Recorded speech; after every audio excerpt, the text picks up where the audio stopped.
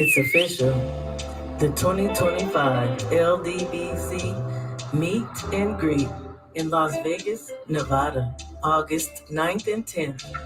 Hosted by none other than 78 Sports TV, accompanied by many LDBC content creators you know and love. Come through and enjoy the LDBC Basketball Classic, where Team Voltron will take on LDBC Selects. Come on out and have a good time in a family atmosphere. Children are welcome. Get your tickets ASAP. Use code SHAWA to receive $5 off. See you there.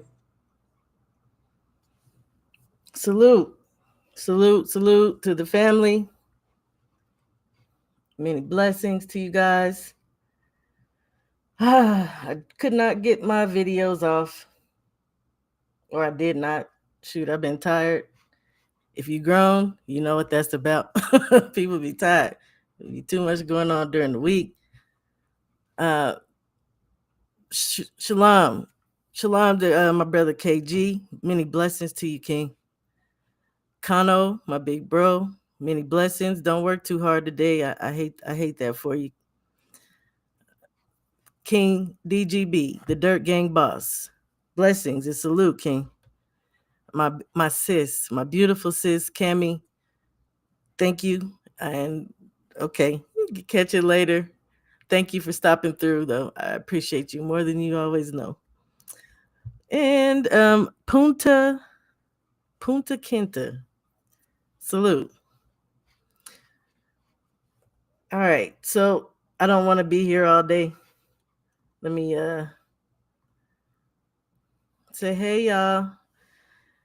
Do my little breakdown. Obviously, gonna open up the panel as I always do. Please, like, I don't really care if you share it, but please freaking like the dang video, man. If you took the time to come in here, smash the like button. So this weekend, obviously, huge fight to me. And clearly it just is a huge fight. Welterweight unification, one that we've been waiting for a couple of years with these two individuals. So much went on with that welterweight division. Let me see. I need to hide. Yeah, you do. Yeah, you do. So much went on, y'all. You know, let me put my chat up here as well. There we go. So it's just about time. It's past time. obviously, for this fight to be taking place. I'm super excited because I think it's going to be a war. I think it's going to be a war. I think a lot of people are overlooking Stanionis, but we're going to get into that. Salute and many blessings to my beautiful, beautiful big sis, Shaquila Fields, my Fields sisters in the house. I appreciate y'all for stopping through always. So yeah, huge fight for me personally.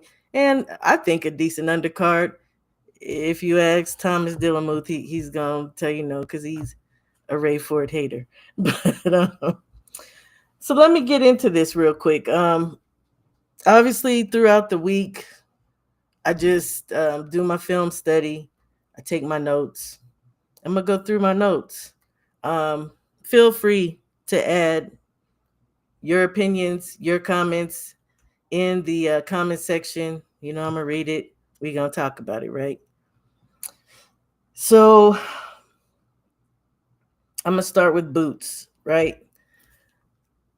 First off, seamless and fluidly switches stances. We all know that he's a natural switch hitter, right? Great jab with variations. Great counterpuncher. One of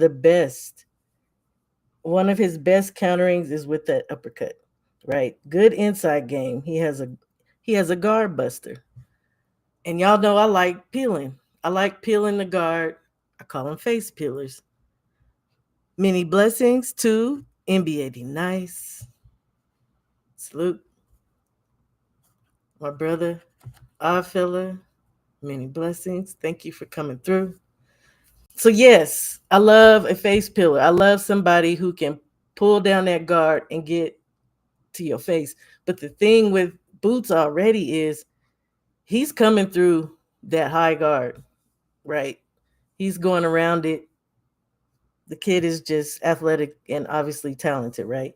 So, yes, he's a guard buster up, through, and around. He's a peeler. Very good leverage, torque, and utilization of framing on the inside, right? Great combinations using angles, pivots, and the reverse turning. I love that about him. Has a wide stance. Obviously, you guys are saying all the positives. Yes. Okay. So with Amantis, Eastern Euro style, obviously, high guard pressure, but not like the heavy pressure. It's just consistent. Dude is just steady pressure. He's not necessarily hard because he gets stopped or reset. We'll just say that, but he just keeps coming. He's like a dang zombie, right? Um, he also has a very good stiff power jab, very good and stiff that he utilizes a lot. Um, Also through the guard. He's also a guard buster without the variation, often jabbing with his opponent, subtly turning, and he does use angles. A lot of people like to think, oh, he just stands there in front. No, he turns. He turns his opponent. It's just slight. His stance is closer, small steps, where Jerron has the wide stance that he utilizes, I think, to get his torque off, to get his power in, right? That being said, I believe Boots also has the greater power, especially in his delivery. Let me stop real quick. Salute, salute to the King Darius Gilliard. Hey, bro, and thank you for coming back, Mark Hatch. It's good to see you. Boots, look, we gonna get into this. Salute to you. We gonna get into all that. We gonna get funky today. Again, I'm gonna try to do this quickly. So again, Stanionis does turn his opponents. He does use angles in his turning. He is utilizing angles, and he's also getting himself in the best position to get down that center line of his opponent, right?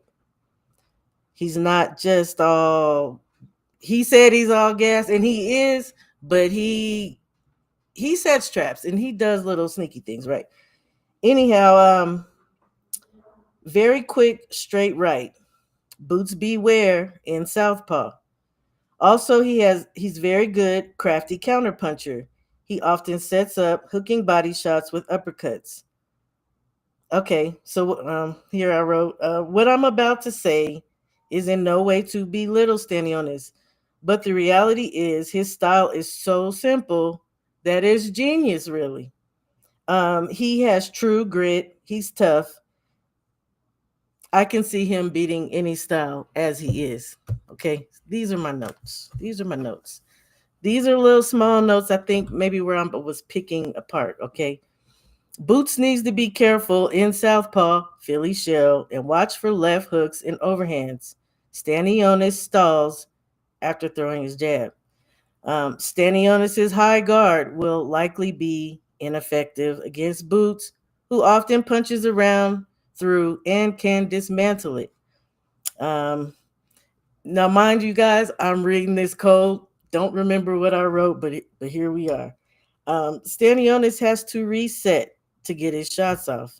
That said, his footwork. I'm not. I'm gonna scratch that because the more films I watch, he does not have bad footwork. He used to. He used to cross his feet and gathering, often unbalanced. Not good with someone like Ennis who turns, pivots, and uses lateral movement. Quickly gets off shots. I gave an example of Stanionis versus Delorme. So Boots is here's my thing with Boots. His vanity can allow him, um, I can't even read this, to catch unnecessary shots. He does a lot of freezing. Some people call it posing. I guess for the aesthetic, because there's no practical reasoning for it. You're just being a target. And what I also, in saying that, what I also noticed, people they don't jump on it. Okay, just like I've talked about Tank with the looking off into the crowd. These dudes don't utilize it. If it was Floyd, you look off. You sit there and freeze up and see if you don't get punched in your face. I don't know what people be thinking in this ring. I continue. While he generally can be a defensive hit and don't get hit wizard, that's usually mid range to outside. Inside, he's getting hit way too much. We know exactly what I'm talking about. I didn't say Boots, but obviously that's what I'm talking about. Both use framing to create space and to work inside, but Stanionis is so stationary. You can bet that Boots is going to take advantage of that space. um, I can't even read that, you guys.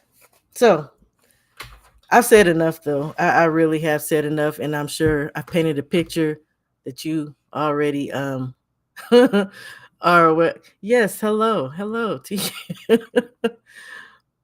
Hey, hey, Ak, how you doing? Salute to you. Let me see here, KG. I would appreciate that. I do. I love my boxing minds I was about to start cussing y'all that I like the people that I mess with, right? Thank you. Please hit the like button, you guys. Ah, ATX Red, what's popping? Hey, how you doing, family? My beloved brother, Aunt McQueen, notes for the win. I mean, I be trying not to. I told you how I get down. Okay, so yeah, I don't have no pictures. Again, I was supposed to do an actual breakdown video with film. Y'all, that editing be kicking my butt. It's so much going on in this house now with the little person who got sick, 6 other adults. I'm still the mama. I still got to cook and clean. Like, it just be a lot of work. So, that said, I'm going to go ahead and put this in the chat. Y'all know, feel free to come through. Let me make sure I do that right there.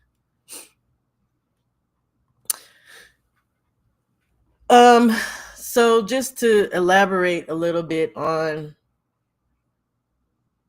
Boots and Stanionis,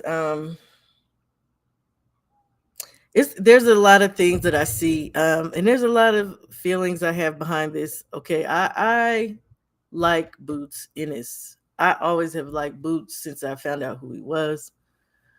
Um, Stanionis, I wasn't really too familiar with him.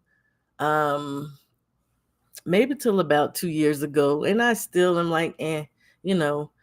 Not to mention that Boots wasn't getting fights. Stanionis was not getting fights, and they were kind of stalled out there when Bud and EJ, were at 47 because that was just the big thing, waiting on that fight. I did feel some kind of way about Boots not getting the fights. I felt some kind of way also when Boots took that IBF title because when he did that, he knocked himself out of all the other rankings. And I just felt like he was shortchanging himself. Um, at the time, I also recall that Virgil Ortiz and Stanionis were free. This is before Virgil got sick, before Stanionis got sick. Um, and I felt like they were ducking Boots. I felt like, and not just them per se, but the promotional companies, because we know how these people get down, right?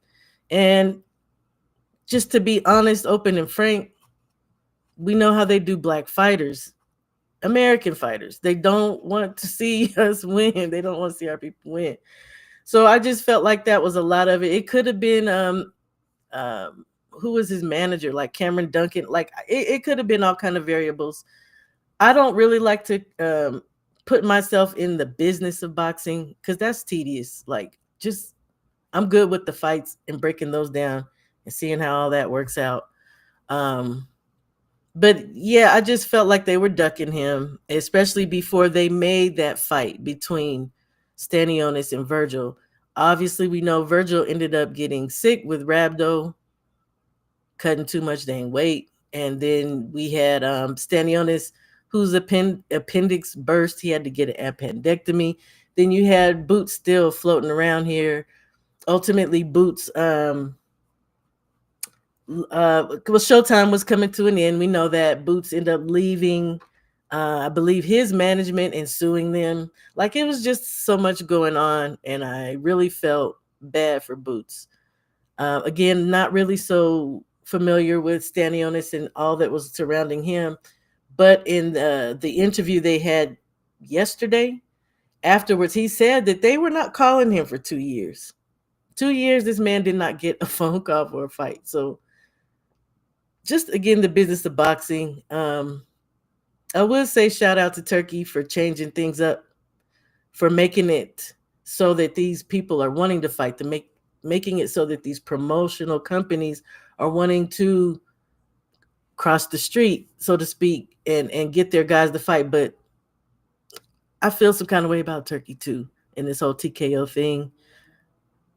It's I just think it's going to be a mess. I don't really see a lot of people flocking to that, especially with Dana White, the colonizer, heading it up. I don't. Anyhow, so here we are. Finally, I even did a video about Stanionis supposedly calling out Boots, but I had heard that he had been um, offered $2 million. This is all around the same time of the Brian Norman Jr. debacle that he supposedly ducked.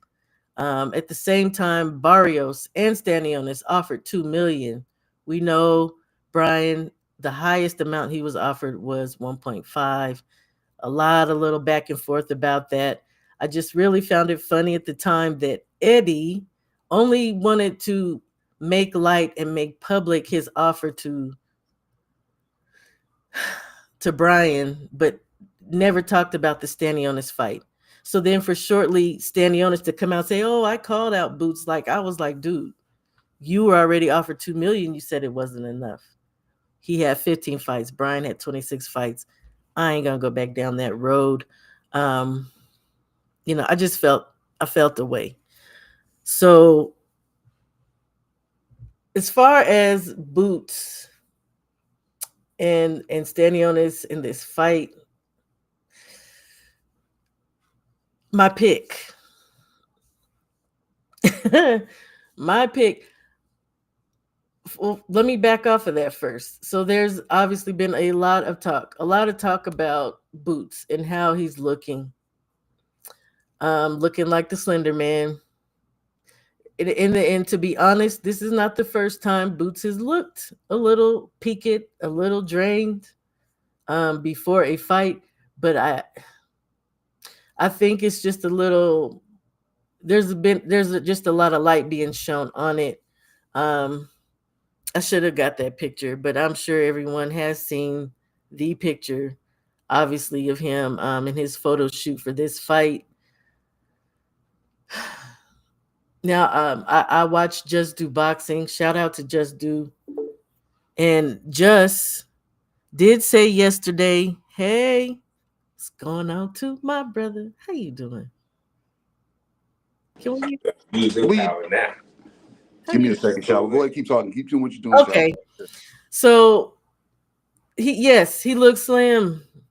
He looked very, very slim. But shout out to Just Dude. His face was not totally emaciated. It wasn't totally like we seen Devin Haney, like the angular cheekbone drawn and sunken. Frank Martin versus Tank. Like his face isn't totally sunken.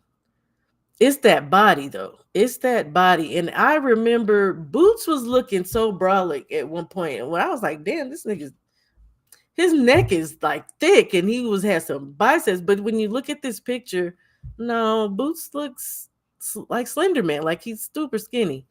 Are you cool now? Yeah, I'm good now. Let me Uh, introduce my brother, KG. Salute to you. How you doing, King? I am well. How you doing? I'm I just happy. want. I, I said, know what I seen you. I caught you live because for some reason YouTube don't be letting me know when you on. I am random. I'm a random girl. I Yeah, but just I got it on for all notifications. mine has started doing that recently too, so don't feel Won't bad. won't let me be great. But you were talking about Boots and his physique or whatever. Yes. I've caught Boots in between fights. Um, I think it was me and Red. We was in Atlanta, and we were Mhm. walking by him. And no, we was walking, and I looked over, and I said, "Hey, I said, Red, there go Boots right there." He said, "Where?" Because he didn't recognize him because Boots was chilling by himself, had a little hoodie on, he had some glasses on. Yes. So we went over to dap him up, but he kind of froze when he saw me because you know my stature. You know what I'm saying? So I walked up, and Yeah. he looked at me like he wanted to square up for a second. I was like, "No, what's up, champ?" You know what I'm saying? And Wait a he minute. jacked. He's shorter than you? Yeah, I'm 6'2". Oh, Boots, yeah, Boots is like 5'11", 5'10", yes, 5'11", he something is. like that. Yes, he is. Yes, he is. But the usual suspects would tell you, out of all of us from day one, before they even knew who Boots was, I was a Boots fan. Yes. And the same thing with Stanionis. I think I was before the usual suspects. I think me and Act Reach were the first to catch a glimpse of who Stanionis was, and we became Mm, fans of him also. So this fight, I'm not torn, but it's more so the personalities and how it plays out. Me being a fan of Boots, and this is not me being disrespectful to him or Roy Jones Jr., but both of those guys, their athleticism is the front runner for them. yep. They don't set like actual plans. They they're I they're don't think more so so either. they're more so they play whack a mole. They hit what they see. They see some pip. They see some pip. I Pip pip. absolutely. Yeah, they look for what they see. I agree. The thing is, I don't want Boots to run out of that bag within 2 to 3 rounds and stay on this catches on to it because we Okay. know stay on this gets hit. He's going to take punches, but if Boots runs out of the special features and the clicks and whistles, Yes. Stayonis is still gonna be pressing forward. So I let's had get into this. Wait, I wait, had a wait. nickname for Stayonis at one Okay. point in time, Queen. You know what his name was? No, what is it? Stay on it, stay on it. Because he Hey, stayed on he the stays gas. on it. That's why I said he's consistent. But it's not Through messy. It's not no, messy. no. Okay, so yeah, let's talk about this because I've been talking to a few people the past few days, and Uh-huh. and and I really feel like people with people like a Roy Jones or even like Boots, people they flock to the athleticism, that talent, Mm-hmm. but you're not really looking at what's really happening with dude. Again, the freezing up, the posing. Mm-hmm. We've heard the corners. We've heard his father in the corner. Where's the real direction? Uh, We've heard them say they don't study film. Foolish. So it's just like I do. I like Boots. I still support Boots, but I'm yeah. gonna be real about who I pick and what I see. And Mm-hmm. again, yeah, Boots. Okay, let me say this about Stanionis because you were going there. Stanionis, I'm not gonna say he gets stronger during a fight, but he gets more dogged. And like you said, he stays on target. He stays on point. I said earlier, yeah, you're gonna punch him and you're gonna reset him, but he comes right back. He's not coming out, he's not getting out of your face. He's gonna follow you. But we've also seen Boots do something that is bothersome to me with Karen. He fell into Karen's fight. He didn't stay boxing on the outside. And then Mm-hmm. that's when everybody's like, oh, he's getting hit too much. Yeah. Because he's, like you said, he's just like willy nilly out there. He's winging it.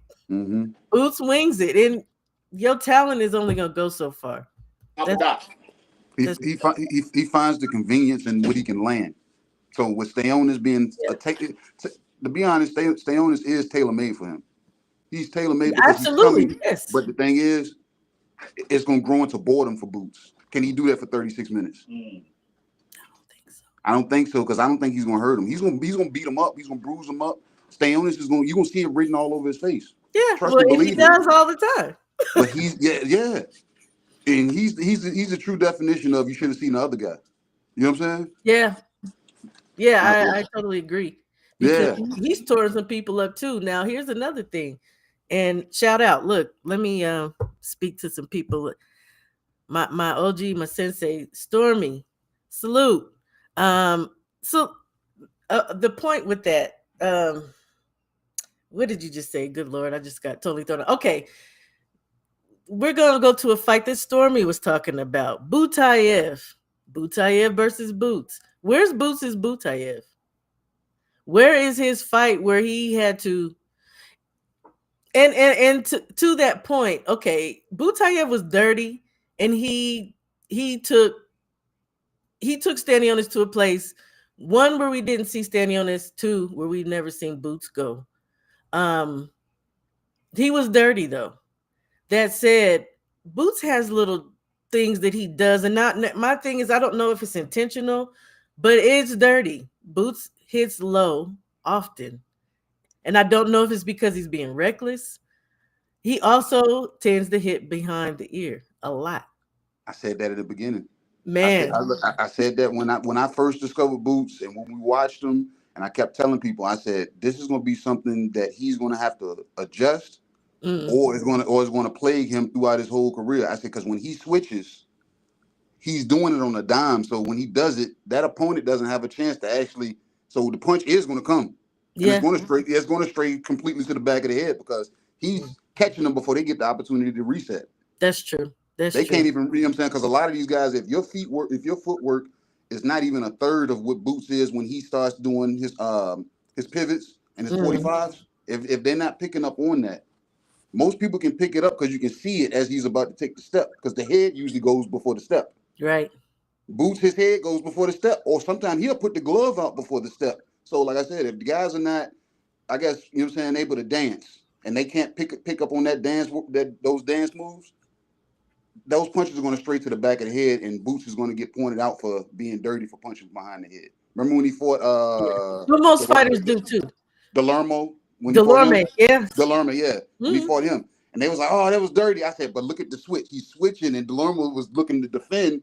Head turned right into the punch yeah. behind the yeah." Most fighters when you're watching them and that does happen because a lot of the guys also are lowering their heads. A lot of guys are turning. And then Mm-hmm. with somebody like Boots, like you said, it's so quick. Sometimes I don't know. Now Stormy says he thinks it's intentional. like at least with the low blows, sometimes I'm thinking The so low too. blows, yeah. You're not focusing the head. I will give you. I will give you that one. But the Look, the low low blows, it's blows, like, me, dude. look when it come to low blows, I'm like this. If boxing was criminal, I'm Mhm. gonna do things until I get caught. So me That's true. purposely, I punch to the hip to hip pointer so I can freeze your legs up. But I do it on the opposite side of the rough. Of course. Like You when know you're what I'm saying? working on the inside, you tearing them up on the opposite side of Exactly. the So rest. even when we're in the clinch, Yes, that's the better. I'm not even looking like if I'm in the clinch with anybody, I'm not looking for scoring points. I'm looking for you know what I'm saying, Oh, something the that's good. dirty shots. Yeah, I'm gonna hit you in the nerves. I'm gonna hit you in the elbow. I'm gonna beat that space in between the bicep and the forearm. I'm gonna beat that area up. I'm gonna Okay. beat your hip up. I'm like, I am dirty. Boxing is a dirty thing. You know what I'm That's saying? There's a true. science to it, but I need to chip away at that machine. That's especially like somebody like a Stanionis. We're gonna Mm, see a lot of dirtiness in this fight because he's gonna have to take something off of him. I agree. He's I gonna think have so. to, That's why especially. I call this it is it's gonna be a war. I think a lot of people may feel like, "Ooh, salute, Coach Hudson. How you doing, friend?" I do. I think this is definitely gonna be a war. It's gonna be a war, and I don't think people are like downplaying the fight by any means, but I don't think they understand how good this can also be. That being said, there was a lot of talk yesterday in their interview where they were saying, "Boots, let me ask you this because I'm pretty sure you saw this the after the presser interview they did with the two. Do you feel like is kind of not over? He's just so blasé about it. He's assuming he's gonna knock out a man who's never been knocked out. Hmm. And we've seen, yes, Stanionis takes punches to Hmm. the face. He's not the average Eastern Euro. He takes him to the body, and he To ain't the backing face. down. Right. So, with that being said, do you feel like Boots is just talking as he should talk, or do you feel like he's like overlooking Stanionis a little bit? Part of it, him being a fighter and the mentality that you know what I'm saying, driving in his gym.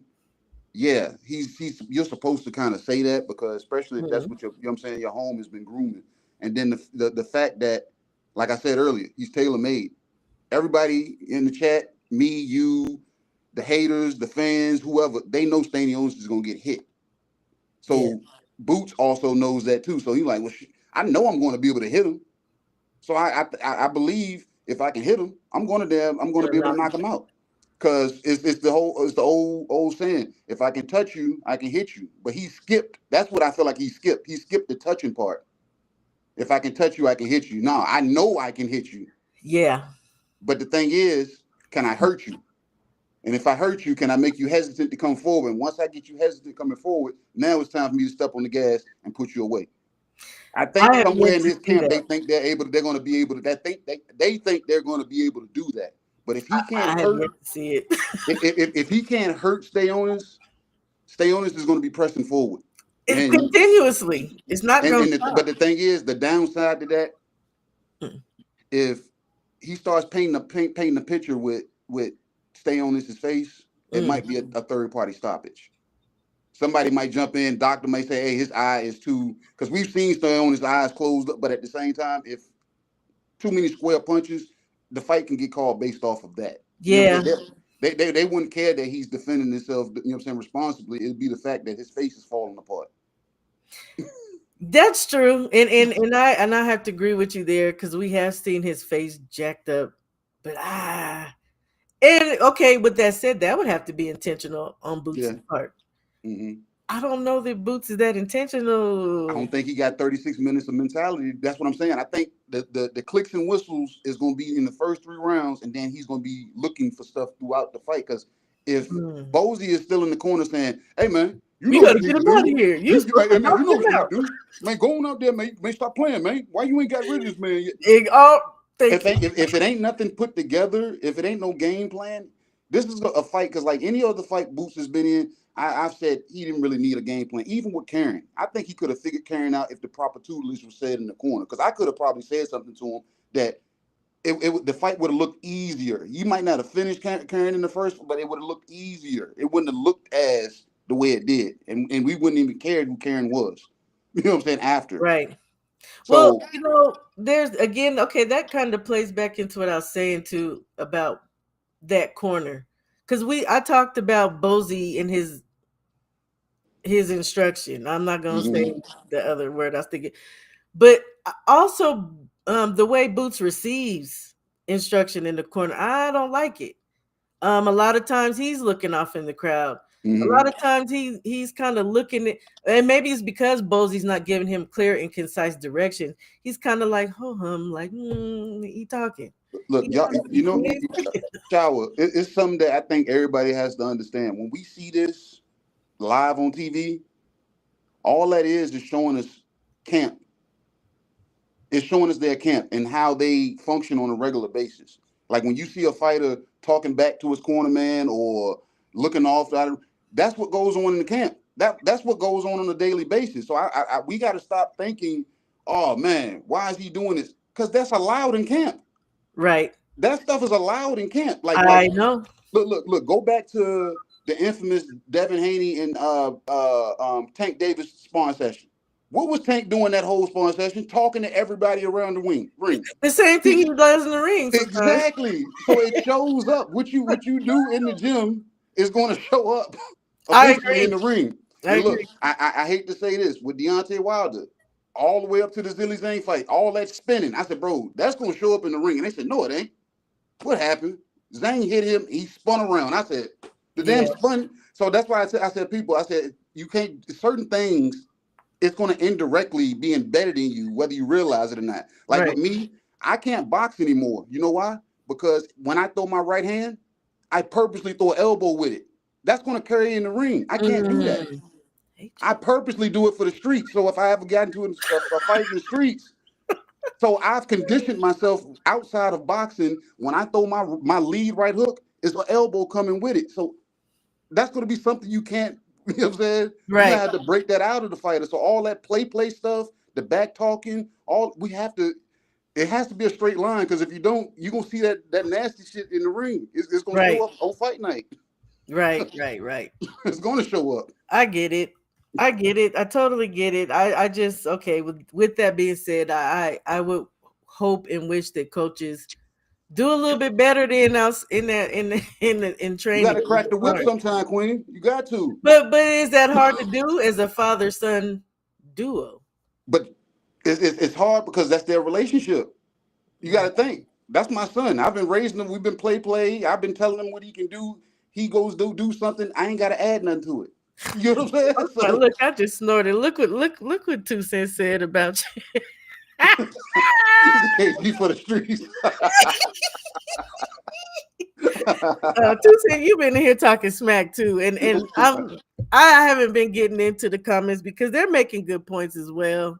Um, But all the bad habits, shower, you have to break it out of fighters. Like when you see a fighter, I'm like this. When I used to train fighters, if I see you do something great, mm-mm. I'm gonna purposely come in the gym and take it from you. I'm like, no, you're not allowed to throw that right hand. You're not allowed to throw that left Well, I uppercut. mean, you should because that's I'm yeah, testing. because That's I got that's because I growth. have to look. I gotta make you as good as your weakest weapon, not your Hmm. strongest. You know what I'm saying? Yes, I have to. So if you got a hell of a jab, I gotta take that you jab gotta from take you. it away. That's And testing though, and that's and when you see growth in uh-huh. the sparring as well as because like I said, I think by every single fight with all these individuals, we should see growth. We should see Hmm. adjustment.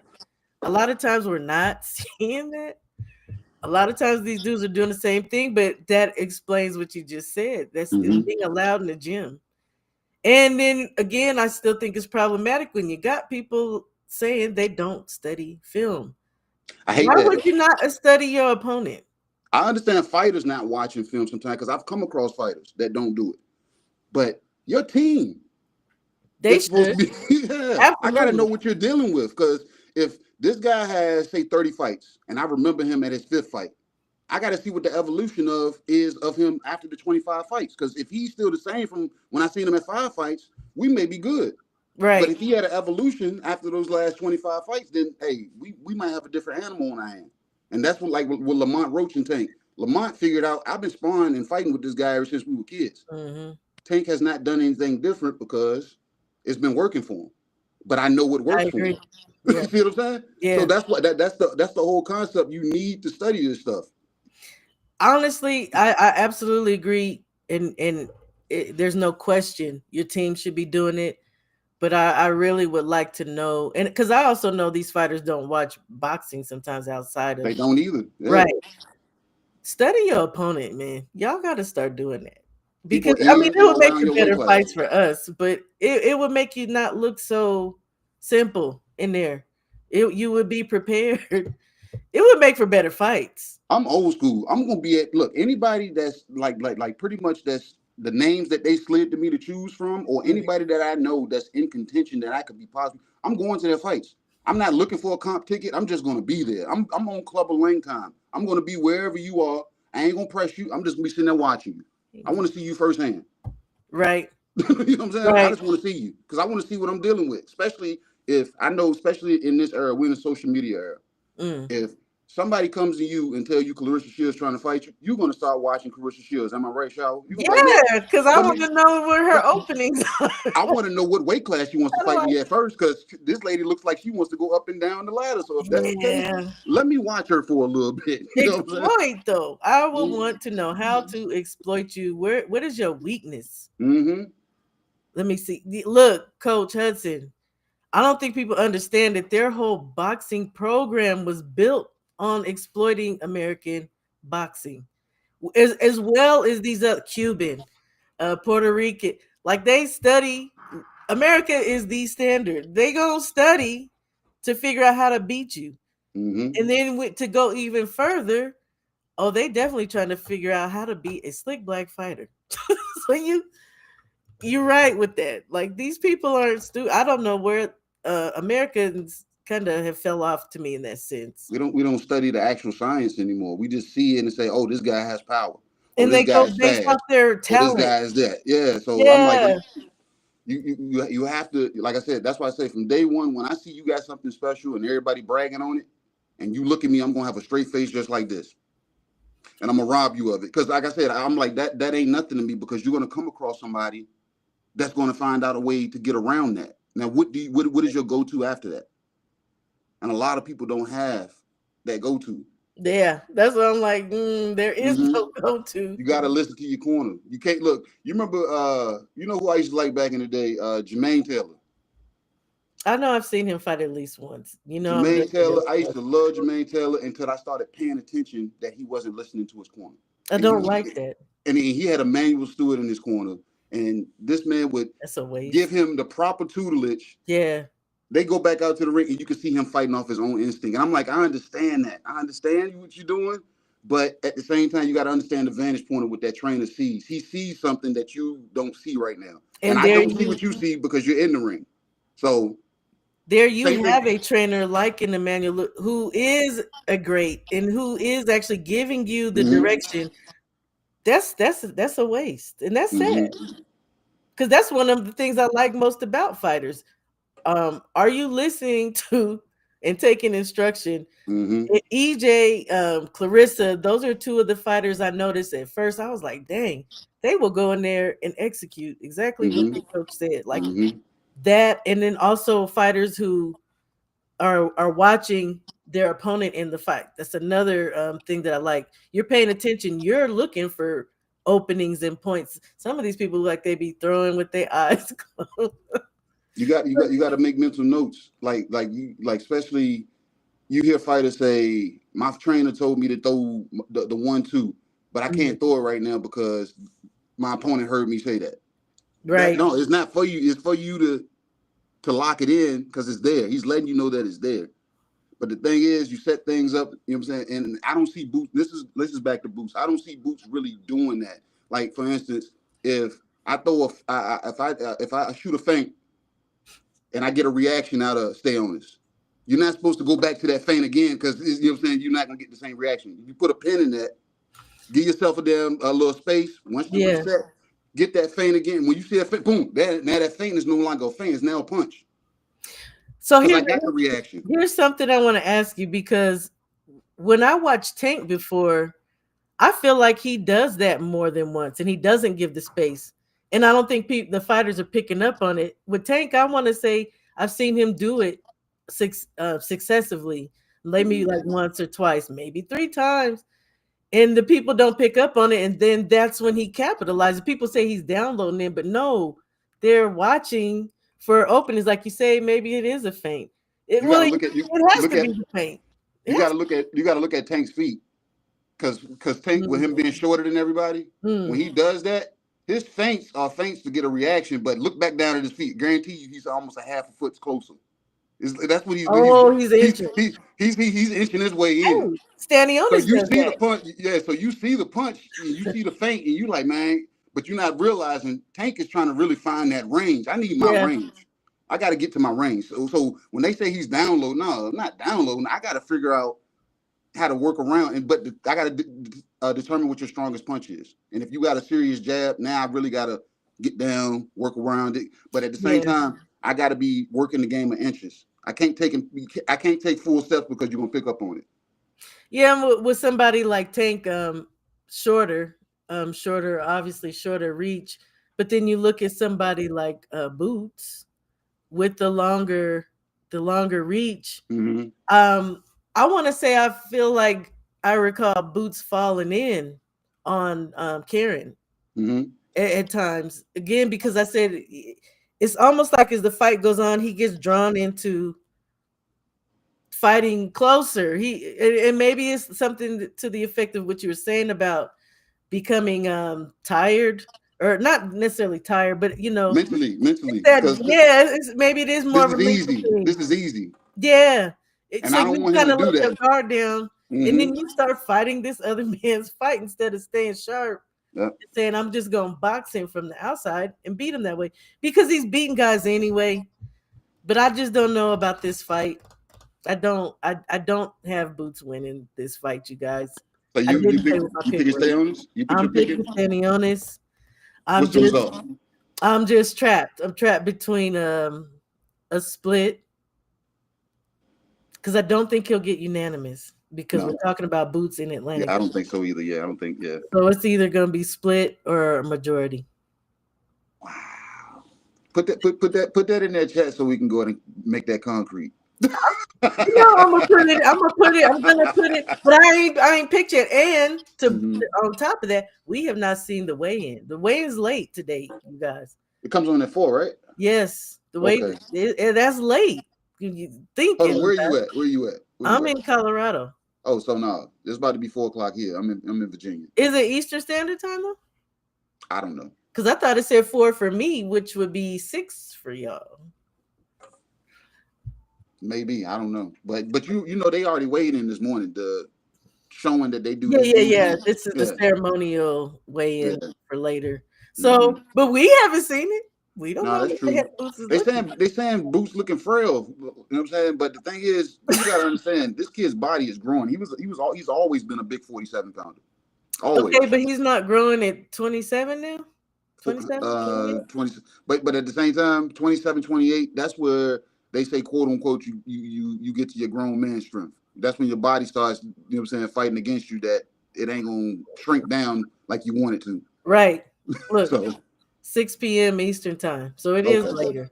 Okay, that's what's up. So here's my thing because you're familiar and I am familiar with the whole ceremonial versus the televised weigh-in. So these guys have already started rehydrating by the time we see them, and they be Hmm. playing the game of everybody's looking at the scale. Hmm. Yeah, it's fake. That's fake. Okay, But that's so only for the big fights because the fights that I've cornered, you got to weigh in that day. You know what I'm saying? There won't no early weight. The weigh in was the public weigh in. mm, If you weren't on weight, then yeah, you went through the cycle of having to go back and lose the weight, and everybody was there at the weight, and if they chose to, they waited, and you came back. Yeah, so okay, okay, yeah, but we got access to the scale, so 9 times 10, we been and jumped on the scale, and we like, yeah, man, you good. Then we go back, go sit down and wait for them to okay, call us. Yeah. okay. So then these people be knowing when they off weight well Oh before. yeah, they know, they know.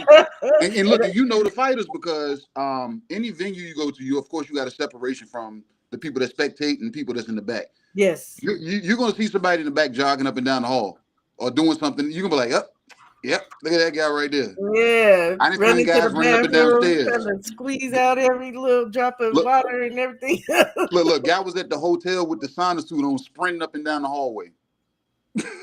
You know that's what I'm saying? that's pitiful. But I mean, I think about see that's the issue to me with cutting. And with that being said, because I'm gonna get into something else after I talk about the cutting, but like squeegeeing water off people's skin, get the heck out of here, man. That's crazy. With that being said, so back to the boots and okay, I'm gonna put it like this: Boots has employed a nutritionalist for the first time for this fight. Good. Okay, yes, it's good, but a lot of these guys that are squeezing down seem to do that at the very Mm-hmm. last minute, and then they jump up to the next division. So I mean, there's just things that concern me, to be honest, surrounding this. Um, yes, we've seen Boots looking a little drawn, I'll say, a couple Mm-hmm. of times before this. Now, this is the smallest I think I've seen Boots. After Mm. I seen your neck huge, after I seen these huge biceps, and then to see that picture from yesterday that everybody's been talking about floating around, Mm-hmm. he looks skeletal. And now, Mm-hmm. now I will say his face, his cheeks weren't like It sunk won't in. sunken in. No. Okay. So I think the nutritionist has came in to play there to actually help you get down, but Mm-hmm. still how healthy is that? How healthy is that? Look, I always ask this question. Like when a fighter comes to me and say, "Hey, I want to go down," and I'm like, "For what?" And they be like, and they'll tell me. I let them give me their spiel as to why. But then I got one question that I ask you: do you feel strong? Because if you don't, if you can't look at me and be true to yourself and tell me that you feel strong, Mm, because you can cut the weight just because you can make the weight, but your strength is not going to be the same. It's like you're not, and I'm not even talking about punching power. I'm just saying your physical just power in yourself. You're not going to be able to move anything. You're going to be moved. Anytime you right. get into the clinch, he'll be able to spin you, pick you up, and move you around. Like that's why I'm like, do you feel Embodied. strong? Yeah. Yeah. So Boots, he's a muscular guy. You know what I'm saying? So when he came down, I'm like, if he feels strong, but I tell everybody. I just told a fighter yesterday. I said, bro, and I say this: find you a nutritionist. If you can't find you a nutritionist and you're a single man, then find you a resourceful woman to be with that knows how to cook. You know what I'm That saying? it Let knows how her. to cook without making everything full of fat and yeah. I'm not saying know how to cook like that. I'm just saying knows how to cook. That she can do meal prep for you. Somebody Oh, look. okay.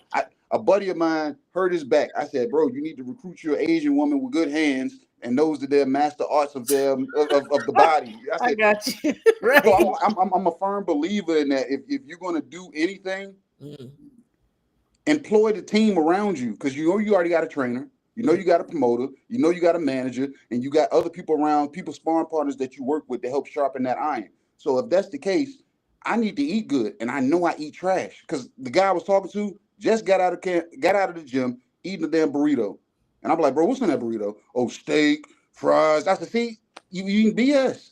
You just cheated your whole body. You just went through the gym and killed yourself for 3 4 hours to come eat some BS. I said, y'all got to put live food Yes. back into your body. Live food. Right. Right. Not, you're not a walking corpse. Your body is a machine. You are an That's athlete. Your true. livelihood is to eat good, train good. Two people come to mind, and I don't know how necessarily how they ate, but I know for a fact these dudes were always within their weight when it came fight time. Floyd Mayweather, Bernard Hopkins. They Yeah. was never off weight. Yeah. Always within their weight. They never did. Like I said, they always. You never caught these dudes struggling, but their opponents did. You can see. I'm saying their opponents sunk because you know their lifestyle. That tells the story what your lifestyle is in between fights.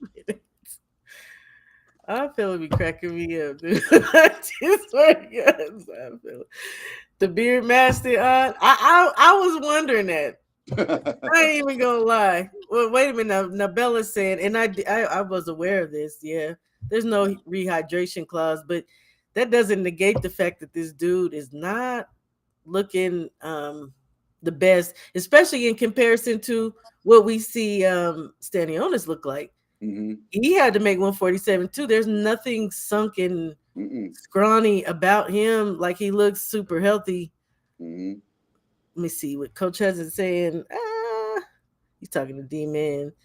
Yeah, you know what? Too, you said nutritionalist. I'm gonna need you to not do that. Ain't it nutritionist? It's a Nutritionalist. nutritionalist. Nutritionalist. Are you sure about that? Hey, somebody correct us if we wrong. I'm just saying that's what I What is know the to say the word. nutritionist? Look, I feel like Nick J and Bossy. He said, "Look, Coach Hester said nutritionalist." No way, y'all. I think that's some black folk stuff. Hey, Yes, whatever it is, hey, put the right foods in. that's it. Absolutely, Just put the absolutely. right food. Put the right foods You're in. right. Hydrate. Make sure you're not damn putting BS in. You got guys like Bud that don't drink or don't smoke. Bud, they say Floyd don't drink or smoke. See what I'm saying? If That's you a another one. boxer, live the lifestyle of a boxer because those paychecks that you guys are getting, whether they're $1 million paychecks or they're six-figure paychecks, that's more than what I get if you fight 3-4 times a year. If you're fighting 3-4 times a year and you make $500,000 a Mm, fight, people will say you should make more. Me, I'm gonna say no. I should make more because what I do. I work with right. veterans. I work with patients. I work. This is what I work with. So, can I get a $500,000 payout somewhere throughout the year? This guy fights me, and then your favorite fighter don't even fight 3-4 times a year. True. We don't even get a chance to get spoiled. Well, We I only. mean, really, who does aside from these prospects? Who's fighting 3 or 4 I'm times? just saying well, look. I think everybody look. If you're a prize fighter, top contender fighter, I need to see you at least twice, if not 3 times a year. I think so. You know what I'm saying? Absolutely. People And that I fight mean, one we would time a like year, more. whether it's the promotional company, that's the diet that they have them on, or whatever, somebody needs to be pushing for more fights. I need to see you. Thank you, Bella. Thank I you, need to see Bella. you. I knew the good sis would come through with the correct look. What It's is it? a nutritionist. Nutritionist. Thank you. Yeah, y'all was on some old black folk time, like nutritionalist. Hey, hey. Y'all know what I meant. You know what I meant. Absolutely. It brought up a good one too. Marvin Hagler, who was a career middleweight. Hmm. Another person who never had Yeah. to worry or think about that, right? Never saw American. Yeah, okay. I have an issue with because my husband talks about this all the time. He's like, why does it take so many different hands in the pot now with these fighters? It used to just be your coach. Yeah. You were gonna eat good. He's gonna train you. He's gonna make sure your butt run. Because I've said this. I think in my last video. I'm tired of seeing these guys gas, and I ain't talking about the big nasty overweight heavyweights. I'm talking about these little dudes be gassing before round 5. It's like, are y'all running? Or y'all are just on this treadmill? Maybe get Sometimes your that's not butt even it. outside and do some true to life road work. Sometimes that's not it, Shower. Sometimes that guy can run 5 to 10 miles a day. It's nerves. Nerves will fatigue you a lot faster. That's true. And that Yeah, mental, like you said too, that mental little that stress. mental, that yeah, the But shouldn't mental. you account Um, for that? but like that, that's where it comes from. You can account for it, but at the same time, that's something you still gotta something that you have. That's a ledge that you have to be talked off of. Mm, Because if you are used to fighting in front of a auditorium with 30 people in it, and then all of a sudden you get a call to go up and fight in front of 6,000 people, yeah. the nerves. So like I said, the stage, you can act like you've been there before, Mm, but if you've never been there before, it's something that you can't wear unless you have that strong team around you. And then like I said, one person can't hear you sometimes. It may take a team, but I'm a firm believer you need to talk. And I tell any fighter I train, get familiar with my voice, because I don't care where we are, you need to be able to understand and hear my voice. true. True So that. after a fight, like when I cornered Axe fight, after the fight, I said, when you went down, I said, were you hurt? He said, no. I said, could you hear me what I said? He said, I heard everything you said. I said, tell me what I said. He was able to repeat. I said, and that was amongst maybe 600 people Yeah. screaming and yelling. I said, long as you're able to hear me, that's the rapport that you have to build between you and your fighter. Mm. That distraction, the fighters looking all over the place. You can be looking out of the ring, but can you hear my voice? I Yeah. don't necessarily need you looking at me all the time unless it's that distress. You know what I'm saying? Something that I really need. And at that time, I'm going to slap a big block of ice in your chest. I'm going to shock you. You're going to have no choice but to look up at me. You I know did who's that. my favorite? Well, first let me welcome Coach Hudson onto the panel. There you Salute, go. brother. How you doing? Peace, Queen. Peace, There brother. you How go. y'all feeling? All right. Good. All How right. are you? Man, I'm good, man. I'm excited about this fight coming up. I know, right? I want to say real quick before I bring Coach Hudson and start picking his brain. My favorite outside of the ring voice, Bomac. I love hearing Bomac hollering at his fighters, y'all. I mean, it gets me excited. It gets me amped up. Body. I'll be like, yeah, tell him twos and three, the two and the three. I'll be like, yeah, the two and the three. All right, I just had to go there. I love Bomac hollering on the outside. Hey, so Coach Hudson, I know you've been in here for a little bit. Give us your rundown. How do you feel about this fight? Man, you know what? Y'all calling it how it is, especially when it comes to the nutrition. Mm, It's a few things that's going on that I don't like in the sport of boxing. First off, they're trying to reinvent the wheel. I was just arguing with a guy who is he has a doctorate in performance science, but he mm, hasn't boxed a day in his life. He hasn't trained anyone. He has not been a coach, but he's going off of the science on paper. This study has already been done. The reason why you're having a lot of bad weight cuts is fighters are getting away from road work, the traditional road work. They're trying to replace a lot of it with HIT training, high intensity workout training. They're trying to get the most out of their workouts in a short amount of time. And mhm, what's happening is the closer you get to fight week, when you bring a nutritionist in, your nutritionist, your coach, your strength conditioning coach are all supposed to sit down together and they're supposed to have a plan together. What you mm, have happening is you have people with big egos, you bring them into the camp, and they don't want to work with each other. I'm too good to work with this guy. So what happens is you get ego down to the tripping. last 2 weeks, and then the nutritionist, the coach, all of them are clashing heads. Mm, Now, if you take, like Boots, his father has been with him from the beginning. So at some point, they're gonna clash every time because when you get to the last week, if you're not on weight, there is no reason why a fighter should be showing up and be off weight, especially if you've been in the amateurs, because we all know if you were in the amateurs, you have to be on weight that day. yeah. You weighing in that morning and you fighting that day. So if you walking up and your neck is all skinny and I can see your ribs, you had a bad weight cut. So something didn't go right. So off rip, I already know. Example, just like the brother was saying, um, when your body, when that grown man strength call starts coming in, that grown man weight wants to stick to you. You can Mm, see it. When Devin Haney did his last weigh-in at 135, you saw it. When yeah. Frank Martin did the weigh-in with Tank, you Tank. saw it. Mm, Sometimes it's not so much that you didn't prepare. Sometimes it's the fact that you need to move up. Your body, your body is saying, "Hey, bro, I can't do this anymore." You got to think about it.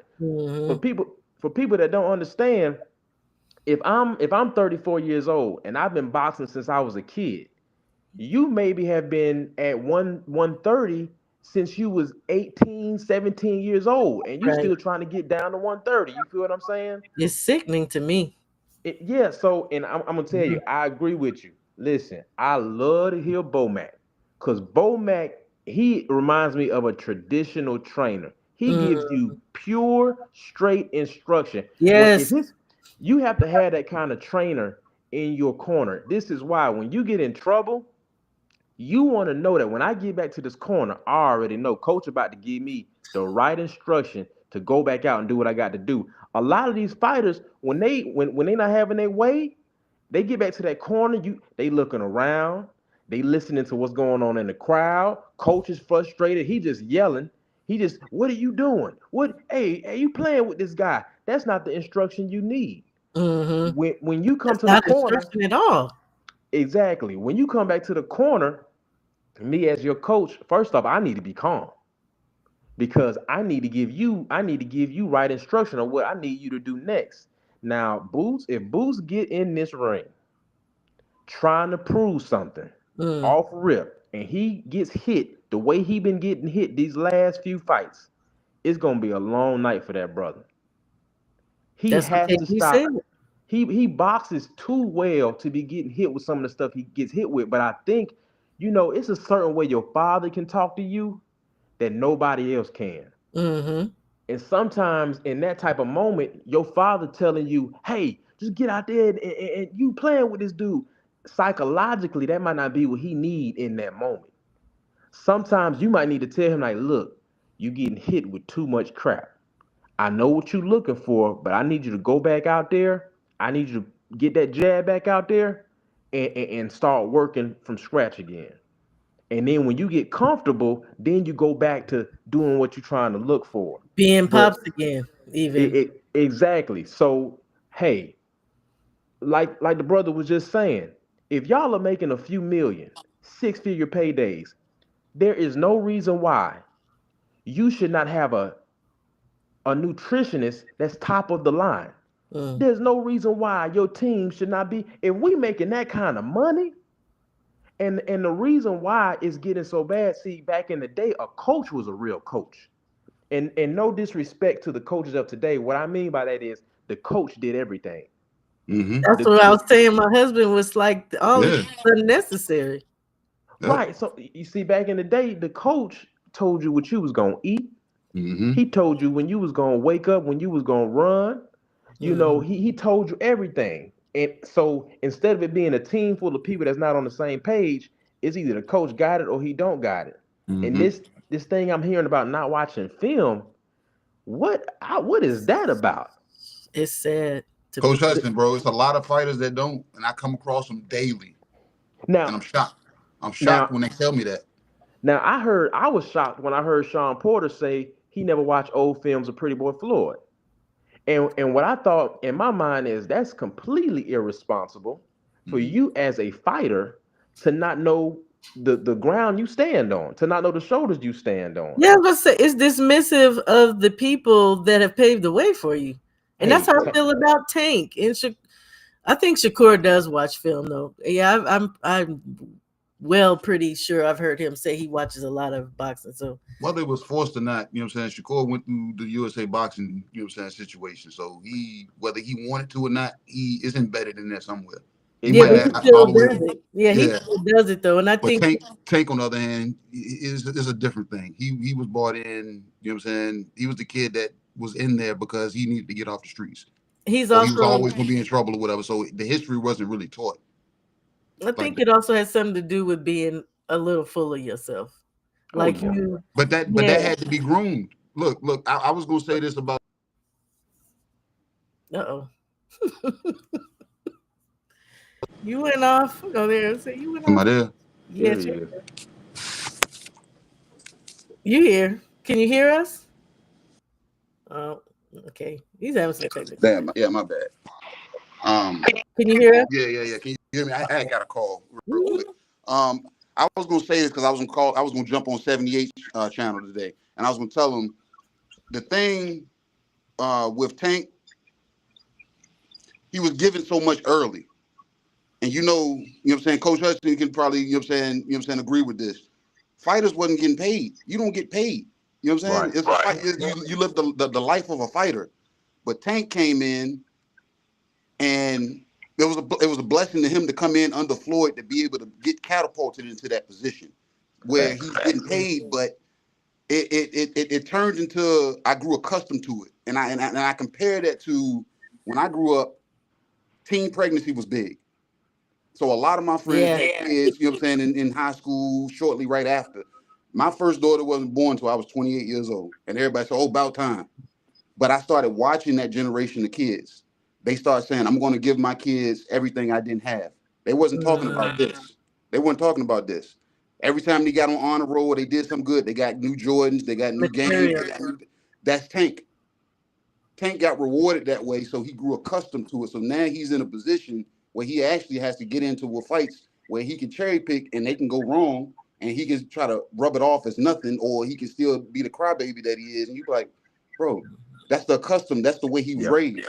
He was raised that way, and I hate that. It's pros and cons. There's no manual to raise your kids, but it's pros and cons to what you do. Same thing with fighters. The way you raise a fighter, there's pros and cons. If you feed that kid too much money too early, you're gonna ruin him. But if you starve Facts. them out too long, you're gonna ruin them also. But you're gonna make them a dog. But it's like I said, it's pros and cons It's to a it all. happy medium Yeah, to have but the in fighter. boxing there is no happy medium because you'll get exposed one way or another if the pendulum swings too far left or swings too far right. So it's It's got to be Tank, something. Tank's pendulum has swung too far left and stayed left. You know Yeah, what I'm saying? No, yeah, that's a great observation, and I'm excited to see what happens with him working with Coach Mustafa to see how yes. that affects I him like because Mustafa. Me too. Coach Mustafa not about to play with him, Nah. and Hmm. Coach is going to while he's training him, he's going to be talking to him and letting him know, hey, this is where you come from. These are the ancestors that fought for you to be able to make the money you making now. So Mm. this is how I need you to perform. That's how Coach Mustafa talks. So I am looking forward to see how that works out for him. I think that American boxers right now because they're a little spoiled. I'm just gonna say it. They are. You're They've right. had something. I'm not gonna say the USA boxing program that I'm in. They do need some work done. But as far as on the world stage, the USA boxing program is one of the best boxing programs in the world because of the exposure you get, the fact that you're getting some of the best coaches in the world. Just think about it. When I was in the military, if you made the Army boxing team, Freddie Roach was your trainer. Mhm. Now, Freddie Roach was trained by Eddie Futch. Yeah, Now we talking about one of the best boxing trainers in boxing yeah. history. One of his proteges. All you got to do is make the team, and you getting trained by him. There are people, in other countries. They will never have those type of opportunities. And what's happening right now is you have fighters coming from war torn countries. You have fighters coming from Eastern Europe. Like they have that chip on their shoulder that our Hmm. fighters used to have. So Yep. when they come in, they not playing with you. And what's gonna happen is if our fighters keep being spoiled the way they are, we have a hard road headed because not only do we have the Eastern Europeans who are getting better and better. If you go back and you follow them from the 70s and the 80s when they were in the Olympics, That program. every decade they program is getting better and better, and they got some stuff for us. Then on top of that, you Mm. have the Cuban boxing team. The Cubans can now go pro. So you're seeing more and more Cubans in every division. So hey, if our fighters don't get their mind right, American boxing is about to have a tough time. See, I talked about that earlier, and especially I started with the Russian because they had a program wired through the government. They Mm-hmm. was taking people's kids to come beat up on Americans in them Olympics, like so. And you're right because I actually watched there's a couple of coaches Russian that I watch them. I watch them how they break down styles and how they look to exploit specifically the American style. So that's what I was talking about earlier, and it's not just them. It's all of these other countries because we are that standard. But I got a good question, and since I got two great minds on my panel, and I appreciate you guys. Bella Faith has a very good question, and I'm gonna start with KG. How do you feel about Tank jumping from trainer to trainer? It looks like his fan base blamed Barry Hunter for things going wrong with the Roach fight. How do you feel about that, KG? And KG just got a call. Let me start with you then, Coach Hudson, and Yeah. we'll go back. So Barry Hunter is actually he's a great coach. Coach Kenny, Coach Cal, they are all USA boxing coaches. And Mm, I think sometimes people forget that Tank is not their only fighter. They literally have a gym full of fighters. So Test, I test, think test. I think that Um, go ahead, Wait a minute, KG. KG. Oh, you can hear me, shout. Say something. Don't just give me a thumbs up. yeah, I can hear you. Yeah, yeah, I I couldn't hear you. skipped That's what it over was. because I skipped to Coach Uh, Hudson. Can you hear me? Can you hear me? Go out and come back in. KG, can you hear me? No. Can you hear me? Can Yeah, I you hear hear you. me? I'm gonna I jump know out and you. jump back in. Okay, go ahead and continue, Coach. Sorry So about that. so yeah, Barry Hunter, they're all USA boxing coaches, and at the end of the day, there's nothing that Tank was doing that he doesn't usually do. The first 6 rounds, he was going at the pace he usually goes at, and this was the first time he ran into someone I felt that was going to give him some trouble. Uh, Lamont Roach, he was dealing with someone who's been in the ring with him before, who's not afraid of him. And even when he got in trouble, if you saw when Tank went back to the corner, they got to a point where Tank told everybody, "Hey, y'all listen to me." Now, you can't blame that on a coach or a trainer when your fighter has gotten frustrated and it's to the point that he doesn't even want to listen to the people in his corner. And like Mhm. KG was saying, that's something that happens in camp. That's something that you have to be disciplined enough in camp, and it just showed out in the fight. You have Mhm. never seen any of Bomac fighters, Virgil Hunter's fighters, get in that corner and try to tell them what they're going to do. No, you're going to get in this corner and you're going to listen to this instruction. So I'm not going to blame Barry Hunter, Calvin Ford. And hey, at the end of the day, Tank knew that he'd been in the ring with this guy before. So if it was that serious, he should have made sure that the team and his camp went the way he needed to so he could perform the way he needed to. So no, it's on Tank. I agree. I agree. Let me welcome my great brother Aunt McQueen. Salute, Peace. family. Thanks Salute, for salute, peace, hopping up peace. here. What's going on? KG, do you want Yeah. me to read the question again, or you got it? Oh, you saying did Barry Hunter? No, no, no. The thing about it, And how do you feel about him jumping from trainer to trainer? Yeah, that's part of it. um, I don't like when fighters do that. But as far as Tank, I don't really say that jumping from trainer to trainer because he's worked with Barry. Maybe Yeah, not. You know what I'm saying? Like as frequent as he's worked with and Coach it's Kenny public as and we've Coach seen. Calvin. But that area right there, I know that area because I go up there and I've met Barry Hunter. Well, you only can meet somebody once. I met him once, and then I've seen him several times after that. But um, dealing with Lamont Peterson and Ant Peterson and everything, but it's the same tutelage. But I think, in my opinion, Barry Hunter's more strict. He So seems like it. so if you're gonna jump ship and go to somebody more strict, then maybe is you checking yourself to say I'm not disciplined and I need to listen more or something. Or like I said, we don't know what goes on in house That's true. with him and Coach Calvin, how they clash. How they say we, you know what I'm saying, this is like my father, this, that, and that. Fathers and sons clash. Roy Jones separated from his dad. Floyd is separated from his dad and came back. You know what I'm saying? So I didn't see that as a miscue. You know what I'm saying? That was a completely Tank fault because you got two great minds with two and a half great minds. I like Coach Kenny, but I always clown him when I chop it up with him. But Coach Calvin and Coach, you know what I'm saying, Coach Barry Hunter, you have two, potentially three solid minds in your corner, Yeah. and you frustrated the three of them. I feel I usually have been saying, and I have said for a long time. I feel like Kenny was the true brain between Cal and um, Kenny. I thought. Kenny sees all of the stuff that like he'll be like, and I clown him because like if I'm up in DC and we're like at an arena watching, he'll be Mm. seriously sitting there eating chicken tenders, hands greasy and everything, just sitting there. Yeah, because he pointed out Lamont Roach. He said, yeah, he be dragging that back foot. I said, yeah, I know. He said, yeah, Tank gonna exploit that, and I was like, I don't know. You know what I'm saying? He Because didn't. because he drags it, but it's not in a sense that. But he points out all that small stuff. So Yeah, that's why I thought he was the brain because he verbalizes it too, whereas Cal don't say much. no, Cal no, don't he say sit back and cool, calm, collected. He only keep and it to Cal himself. in the corner, Cal in the corner is kind of like Bozy. You Mm-hmm. good, champ?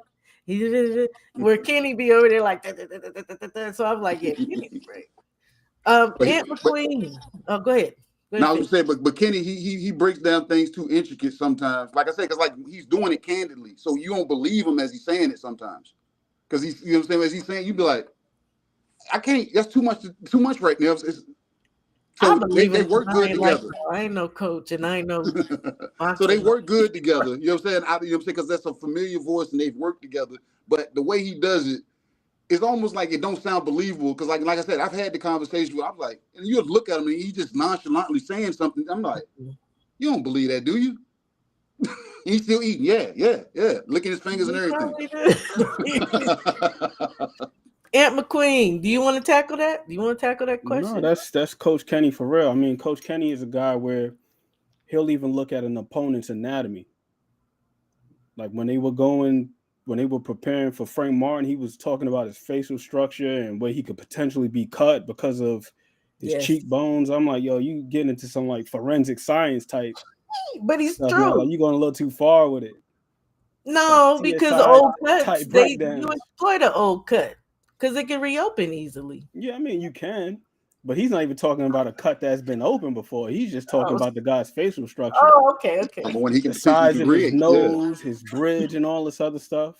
Like Coach Kenny is into anatomy. And another thing that Coach Kenny's very into is those animal documentaries. Oh Lord. So when they prepare for fights, he watches documentaries about various animals and how they hunt and how they strike and the patterns in which they like. Interesting. That's why they call Coach Kenny the Bible. And he applies this in the ring. Interesting. How Yeah, the heck how do you cross I don't know. but the thing is with the two of them, I think it's Calvin that knows how to speak in a language that resonates with Tank. Can't remember which fight it was, but he wanted Tank to go to the body more. And Mm. instead of just saying to him, go to the body, he started talking about penitentiary style, put the knife in him. You know what I'm saying? And you can see, Mm. ooh, Tank was like, all right. Then he went out and he carried out the mission. So I think So okay. Barry Hunt is a good trainer, but I'm not sure if the language that he speaks resonates with Tank. Because that's the other part too. Like we had the It seemed to. conversation before about remember eyes, remember hands, remember ears, which means everybody has uh their method of retention Yeah. when it comes to receiving information. Information, that's correct. You know, But so okay, well, he seemed to be receptive. I'm gonna just go based off of what we saw, because obviously I've never seen him. I don't think any of us have seen Barry Hunter in his corner.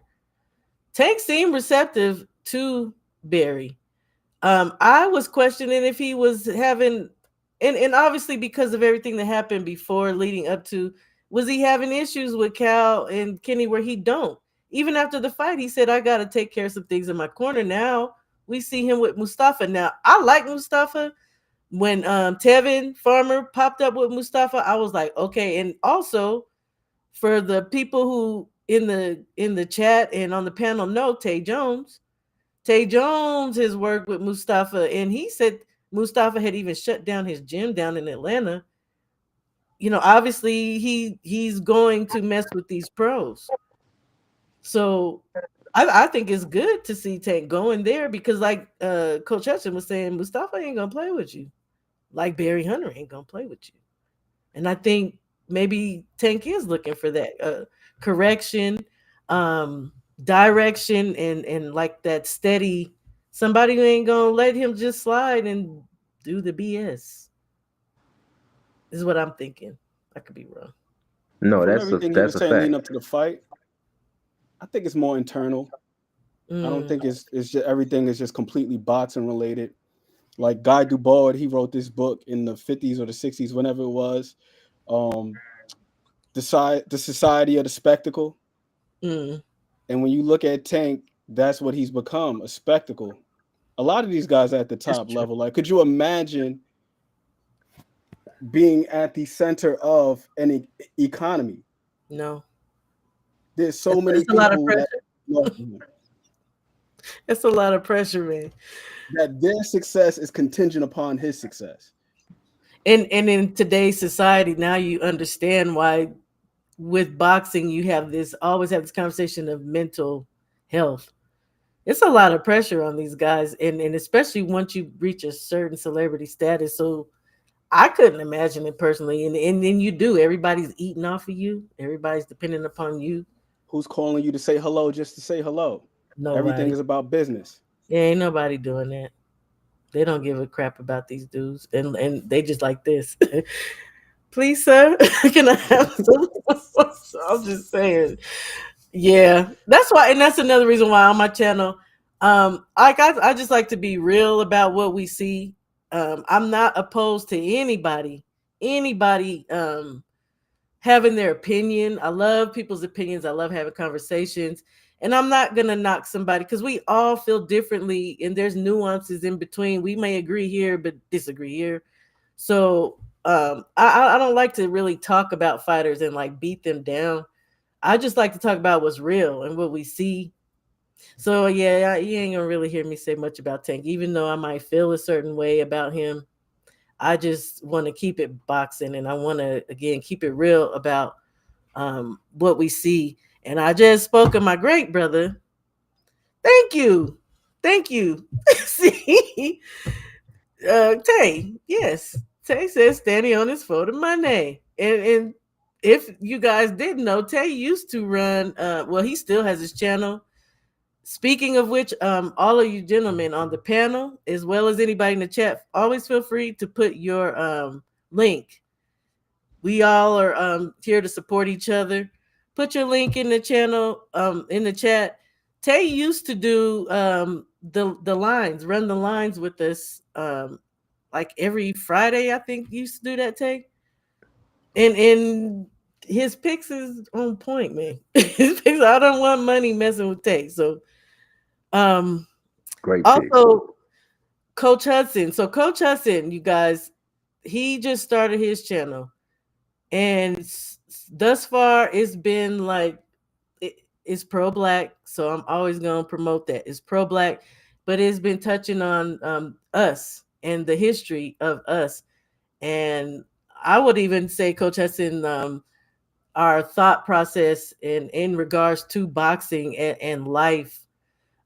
So far, he's only got 2 videos. You guys, please subscribe to Coach Hudson. But I was talking to Ant last night, and you, okay, your last video, you spoke about one of the first fighters. Was it Joe Louis that you was talking about in the very beginning of your video? Jack Johnson was in the very Jack beginning. Johnson. So Ant, my egg-headed brother Ant, no, don't take that in the wrong way because I love eggheads, but he None reads a taken. lot of history books on boxing. He found that there are 2 gentlemen that were taken out of slavery, went over to London. One Mm-hmm. of them became the champ. What is his name, Ant? You talking about Tom Millennium and That then you were Bill speaking of? Richmond. He's out of Bill Richmond was the first one, Bill Richmond. And then the other and gentleman, then Tom, Tom came Millennium. and Tom, played over. yeah, Bill Richmond. That was in 1770, and then Yes. Tom Okay. Millennium was in 1806. So, and I think, and then okay, we have another brother in the community by the name of Scrapbook who talks about the history of boxing. Like these, Coach Hudson, Scrapbook, Stormy. These are people you guys really you should subscribe to. Very good information. I really wish my brother Ant would start doing videos because he reads so much and he is just like a walking wealth of knowledge. Now we got 2 coaches obviously on the panel, but again, my brother Ant's an egghead. I wish he would start doing videos because man. Yeah, our So people need that knowledge. it is, and it's not, and it's more than boxing. It's life, and Yeah, we're black. I'm pro black. We pro black, right? most That's just wanted to put that out there. most definitely. Can I speak on that real quick? Obviously, you can always speak. Sure. So to the I always try to let people know, like, art boxing imitates the art of life and vice Mm. versa. Sometimes we don't even know that they're putting these messages right in front of us, and we don't even know the history to say, oh, well, that's who that is. I don't know if you all remember the show, The Underground, that used to come on, that was about slavery. And in doing that series, there was a character that had got sent to London and was boxing. That small scene right there is actually real history, and they brushed over it real quick. And I was Mm, thinking, man, young people don't even know what they're looking at, and it just sometimes it drives me crazy to know what our people have been through. mm, And it's not just about being black. If you are an American boxing fan, you should know the fabric that ties all of this together. mm, And boxing is one of the first sports that was integrated. Boxing, when you take somebody like Jack Johnson, you're talking about 1908, when a black man would beat a white man, people were being hung. People were losing their lives. So sometimes, when Americans, we're one of the only countries where someone from another country can come and fight one of our fighters, and the Americans are cheering for for the for the opposite foreigner. opposition, correct? You know what I mean? So it's just good for us to know that knowledge, and because that's what we stand on. It makes us who we are. Mm, So when people say, well, let's just keep it boxing, that is boxing, and what I'm speaking about is all tied together. mm, When Canelo stands in the middle of the ring and he's giving a shout out to his people, I promise you, Canelo knows Salvador Sanchez. I guarantee you, he knows the fabric that makes up his people and the struggles. yeah, Sometimes I feel like our fighters, they lose that chip on their shoulder because they don't know where the struggle come from. When I hear one of the faces of boxing say that they've never watched Marvin Hagler, that's the 80s. So I know you don't know what happened in the 70s, the 60s. When people a few months ago, when they were talking about the thing with Diddy and stuff, a lot of young people don't know that the Mann Act was created because of Jack Johnson running around with white women. mm, So it's a lot of history in boxing that we're still dealing with. The remnants of it. We're dealing with it in real time right now, but people don't even know where that comes from. Anytime there has been an issue, we have legislation in the government because of things our people have done in boxing. When Ali said, I right. shook up the world, he mean it. We have shook up the world, and that's something to be proud of. You know, I don't I I don't mean to absolutely. preach. You're not preaching. You're telling the truth, and the sad part of it is that I honestly, when I look at the people in my comments, we got 17 people here. Like they're probably aware of that, but the people that we need to hear that are not aware of that. But this is also a microcosm of our society as a whole, or our community within society. It's the same thing. Right. When you look to the music industry, when you look to different, the sports industry in general, our people in particular don't give reverence or study our greats. And our greats have not only paved the way for us, but for others as well in sports, in music, in life. Like, maybe we take it for granted. Maybe our young people take it for granted. We talk about that a lot. The older you get, you be like, "Ooh, I must be old because these young people be da-da-da-da-da," But it is. It's the truth. It's the reality, and it's not you preaching. It's just that again, I wish the right people would hear that and feel that and understand that. And I think that the gentleman that Aunt was telling me about yesterday, what was the first gentleman's name? Because that was the 1700s when he Yeah, was. Bill Richmond. Yes. Do you want to talk about that a little bit? You What got was a his name? Bill Richmond, that character that you spoke on the show Underground was actually based on him. Because Bill Wow. Richmond was born in New York. He was born in Staten Island, a slave. At 13 years old, he happened to run across the general, or one of the generals of the British Army, a dude named Earl. It's Hugh Earl something. I gotta make sure I get his name right because I don't want to butcher the guy. Hugh Earl Percy, and this guy ended up being the second Duke of Northumberland. So he's an important guy. Needless to say, This young cat, Bill Richmond, 13 years old, he gets into a fight outside of a tavern with one of the British soldiers, puts the beats on him. The general takes a liking to him. He goes to his master, and somehow, some way, he convinces him to emancipate him. So then he takes Bill Richmond back to the UK with him, puts him through school, gets him an apprenticeship, doing carpentry where he learns how to make cabinets and all this other stuff like that. And then he introduces him to boxing. And then he became famous and wealthy out there in the UK. And they have exhibits where they got murals of him and everything out there like that. Crazy thing is, like, I live in New York and I actually live in Staten Island, and I've never heard about him until I bought a book written by Bert Sugar. Wow. So he's not celebrated out here like that. And he's in the Boxing Hall of Fame too, up there in Canastota. Hey, how they say they want to hide something from us, they put it in the book. Put it in a book, and that's where I was kind of going with um, us. It's just a thing within our community about not studying and not reading, and I obviously don't want to make anybody in the chat uncomfortable, but I always talk about this. This is how you know who the heck we are. Yo. That's how you know who the heck we are. Most people, they know about their people. Kind of like you were saying, they're gonna pay reverence to their people. They know their people struggle.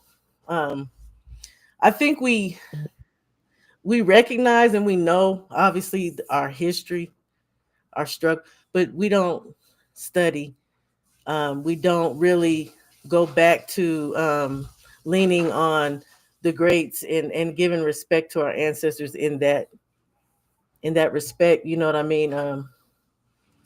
We don't study. We don't study. We Even just if it's kind of in a go on. Chan Buddhist fashion, the Chan Buddhists, they have their tradition of the way you pay tribute to somebody is by looking at a trait or a characteristic that they possess and implementing that. So, like Coach Hudson was saying about Jack Johnson, that is the ultimate show of audacity. You know what I'm saying? And just resilience and self assurance. Mm-hmm. At that day and age, where you're gonna be walking around doing what you want to do, Yeah, wearing fur coats, driving Ford Model T, smoking cigars. You got white dating them women. women. Yeah, You know what I'm saying? But yeah, those that's the best way to tell a story. You know how drug dealers they glorify the mafia and the way they did it or whatever. So with Jack Johnson moving the way he did, remember the line he said to the cop? He paid him double for the ticket because he said, "I'm gonna speed on the way back." Now, if you deliver that story to a young cat right now, it's how you say it to him. If you say it to them in that way, they're not gonna look at it as history, but they're gonna be like, man, Jack Johnson, man, he was cold, man. So yeah, like I said, we gotta figure out their, you know what I'm saying, their verbiage and how they receive things now. So we can't kind of give it to them and say, hey, this is history. They're gonna be like, no, man, this is and that comes from upbringing. A lot of people blame how their kids are taught based on schools. I said, no, that starts at home. What were you Mm-hmm. instilling? What yeah, Who are the seven most people that are around them? Because the seven most people that you're around is going to develop your personality Facts. with your own foundation of who you are. So true. if you're around money, you're going to be either stealing it or you're going to be looking at how to build on it. So if you're going to have boxing around, like I don't know if Coach Hudson, I know you're familiar with amateur boxing. So if you're familiar with amateur boxing, if you cross paths with Coach Omar Alim, Mm-hmm. Emmanuel Alim's father, you go to his boxing gym at any given time, any time of the day, whether class is going on or not. He got an old school projector screen up and his old school fights on That's all good day, stuff. just constant. Kids will stop by and look because they'll see something that stands out to them. He'll start educating them on who that fighter is. Yeah. So he's indirectly teaching them because it's on all day. But if something don't stand out to them, those kids, a lot of the kids these days, it don't stick to them unless you're really grooming it into them. Yeah, So it starts there. So if it's not being groomed and we're allowing the lollygagging, I don't even like headphones. I don't like you wearing no earbuds. Oh, I just want to listen to music. No, listen to the gym's music. That BPH that I have playing is what I want you training at. You get mm, what I'm saying? So if we don't break a lot of this stuff out of people, they're not going to know. And that's history, boxing, life. They're not going to understand that. And That's a like fact. you call. I'm sorry to get Champ. Your name to my left is what again? Aunt Oh, McQueen. yeah. Aunt McQueen. Yes, sir. Chopper called him an egghead.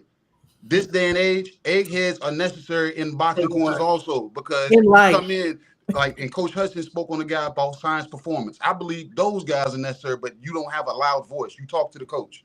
You run it by him. You know what I'm saying? You bring it to the table because I need to know. Because the Hmm. same way we just talked about the other countries are devising plans on how to beat the slick back black fighter, I need to devise a way to have my camp winning on all cylinders. I don't Right. care if you're from the Ukraine, Lithuania, Russia, China. I don't care. You my brother down the street, two doors down. I'm going to know how to beat you based off of what we devised here. So it all knowledge that all it just starts at home. We can't expect nobody else to do it all the time. So That's and true. then we got to meet them where they are so they can understand. Because a lot of these kids they don't want to listen unless you got it on. If you ain't got it on, they don't hear nothing you saying. That is a major key. Like you see what I got on right now. It's probably my Mm-hmm. favorite hoodie. I got my Black Panther hoodie on. Like I Mm-hmm. remember reading about the Black Panthers, and one person in particular stood out to me, and that was Bunchy Carter. Because for whatever reason, you know, a lot of us we tend to feel as though we can only operate in one space. Like you got to be all the way over here, just completely righteous, and just shut yourself off from any type of material or material is Hmm. evil. This is, but the way that Bobby Sale talked about Bunchy Carter in the book Seize the Time, like he was about his people, but he was also a sharp dresser. Always had a clean pair of shades on, jeans always pressed, always had a fresh leather jacket on. Like he ain't deprive himself of nothing, but it also wasn't everything to him either. Mm. It's like you can be fly and be conscious at the same time. And like you were saying, just getting that message to people. Another thing that you said was interesting to me is having the older fighters on. And I'm gonna jog back to something y'all said earlier in the conversation about stamina. One thing that I've really, really been paying attention to as of late when watching fighters is economy. How efficient is your moving? Are you Mm. taking too many damn steps to get to one spot or not? Like the quality of your footwork, not how fast your feet move, not how evasive you can be, not how long you can move around the perimeter of the ring. But like when you watch a lot of the older fighters, it's a pivot here, a pivot there. They may change the angle, but they're staying in range. Come on, They're you close teaching Yeah. now. enough to throw something, and they're also just far enough to be able to see whatever's coming back and defend themselves.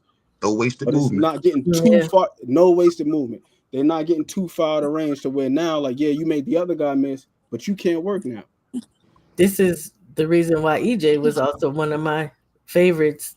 You know, he is my only favorite, but that is something I also agree with. Efficiency and, like you said, no wasted movement. Listening to your coach and getting Joe butt back in that ring and and doing what the heck they told you. I'm not thinking of the correct word, but yeah, I just want to make a disclaimer to when I say egghead, trust me, that is a good thing to me. I think No, it's a great thing. we need them across the board, and it's something else that you spoke to KG that I feel like, and Coach Hudson was kind of going there. More than just the seven people around you, it would really be nice to see us become community again. Community. Um, I don't know how old y'all are, but I'm a woman of a certain age, and yeah, if I did something it would get back to my mom. And if I got a spanking down the street, I'm getting a spanking when I get back to the house. Mm-hmm. And today you can't even correct another brother or sister's child without them wanting to fight you. And it just is like, it would be nice. It would be nice if we could get back to community as well as learning, because to be honest, and there's a lot going on politically, but and with the education system, but we know, and I don't know where you guys are from. I'm from Denver, Colorado, and I can tell you that the education system absolutely failed because we had black communities in Denver, exclusively black. At least 3 to 4 black, all black high schools. I went to one, and I also watched people. I watched gangs come through, all kinds of things, and I watched the books not be renewed. We were using old books. I watched the computer. So again, I think where community comes in, and you can put this in the box, and you can put this into anything. Um, it's important for community because we really should be teaching our own children and not just in your home. We should have and be vying for black teachers, especially men. Yeah, we want black women, and I think we have way more black women teachers than anything. But in around us, for our babies, um, black teachers, men and women, and we should be willing to take our money that we spend on material things, shoes and crap that we don't need, because the black economy is like the eighth eighth largest in the world, maybe 15th. I might have heard last. So that means we got a lot of expendable cash that we do not spend with each other. Why not buy schools? Why not buy up a school and teach our children not only standard education, but the things that they take out of our black schools, like woodworking class, like automotive, Mm-hmm. um, put boxing in there, and all those things, and especially arts with us because we're such creative souls. But I'm just saying, we need that. Which was done on purpose. Do you all It know why is the trades were taken out of schools? to dumb us down in America, period. But yeah. So Cause, the cause, the cause I feel trades the trades were taken out of school because J. Edgar Hoover said that the next movement should not be funded by black men. So they took those trades, they took wood shop, they took mechanics, they took all that out of the schools because if you all remember, our grandfathers, most of them, a lot of them didn't go to college, Nope. but they could Didn't they could finish high learn school. right, they could learn a trade in high school and provide for sometimes more than one family. Because a lot That's, of times, granddad had another, side joint on the other that's side of right. town, That's right. That's right. right? So, That's right. so that's why it's important for us to. I'll speak for myself.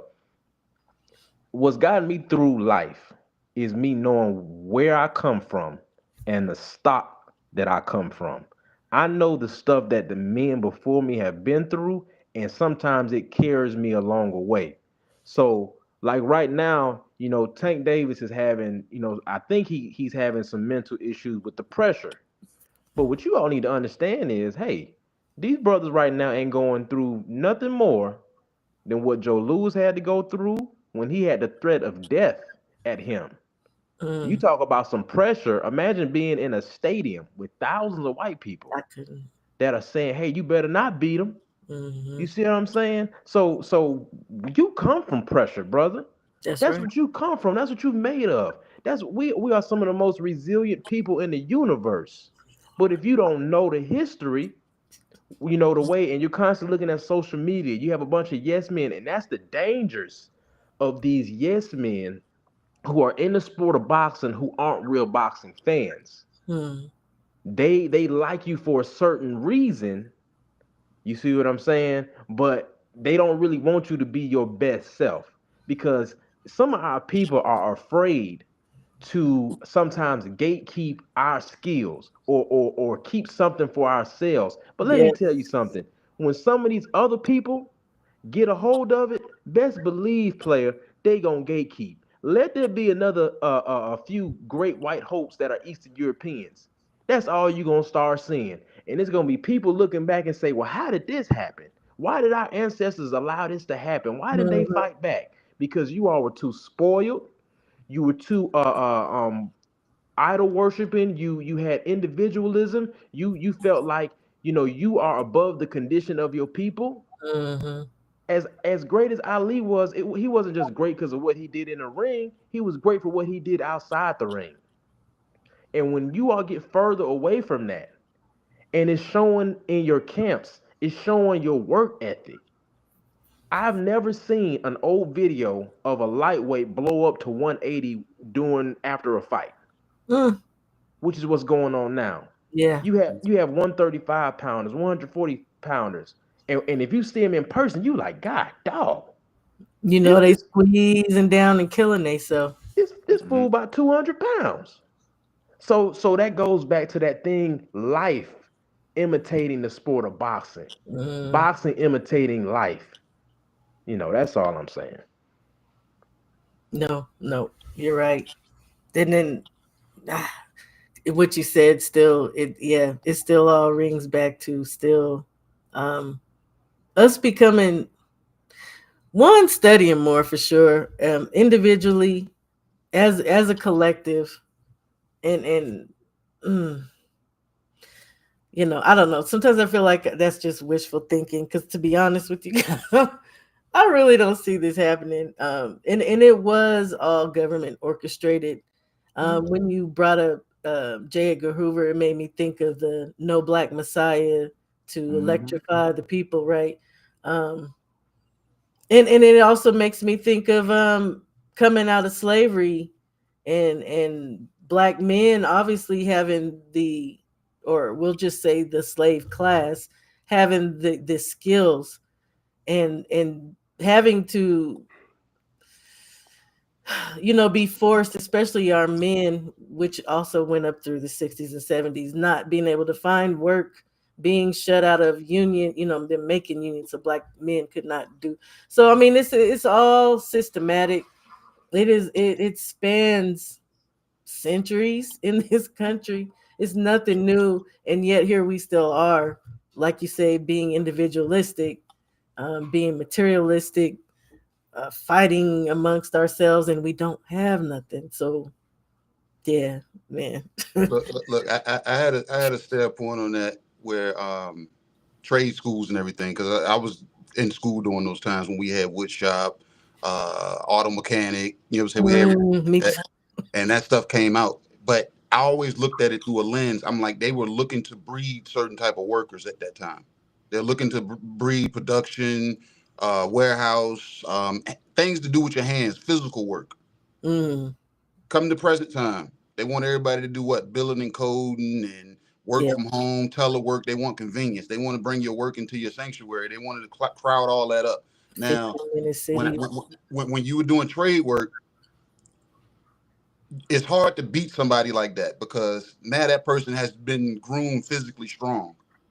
Now I put you at home behind a computer. Weak. I see so many out of shape people now. You know what I'm saying? So it's easy for me to, you know what I'm saying, to conquer you.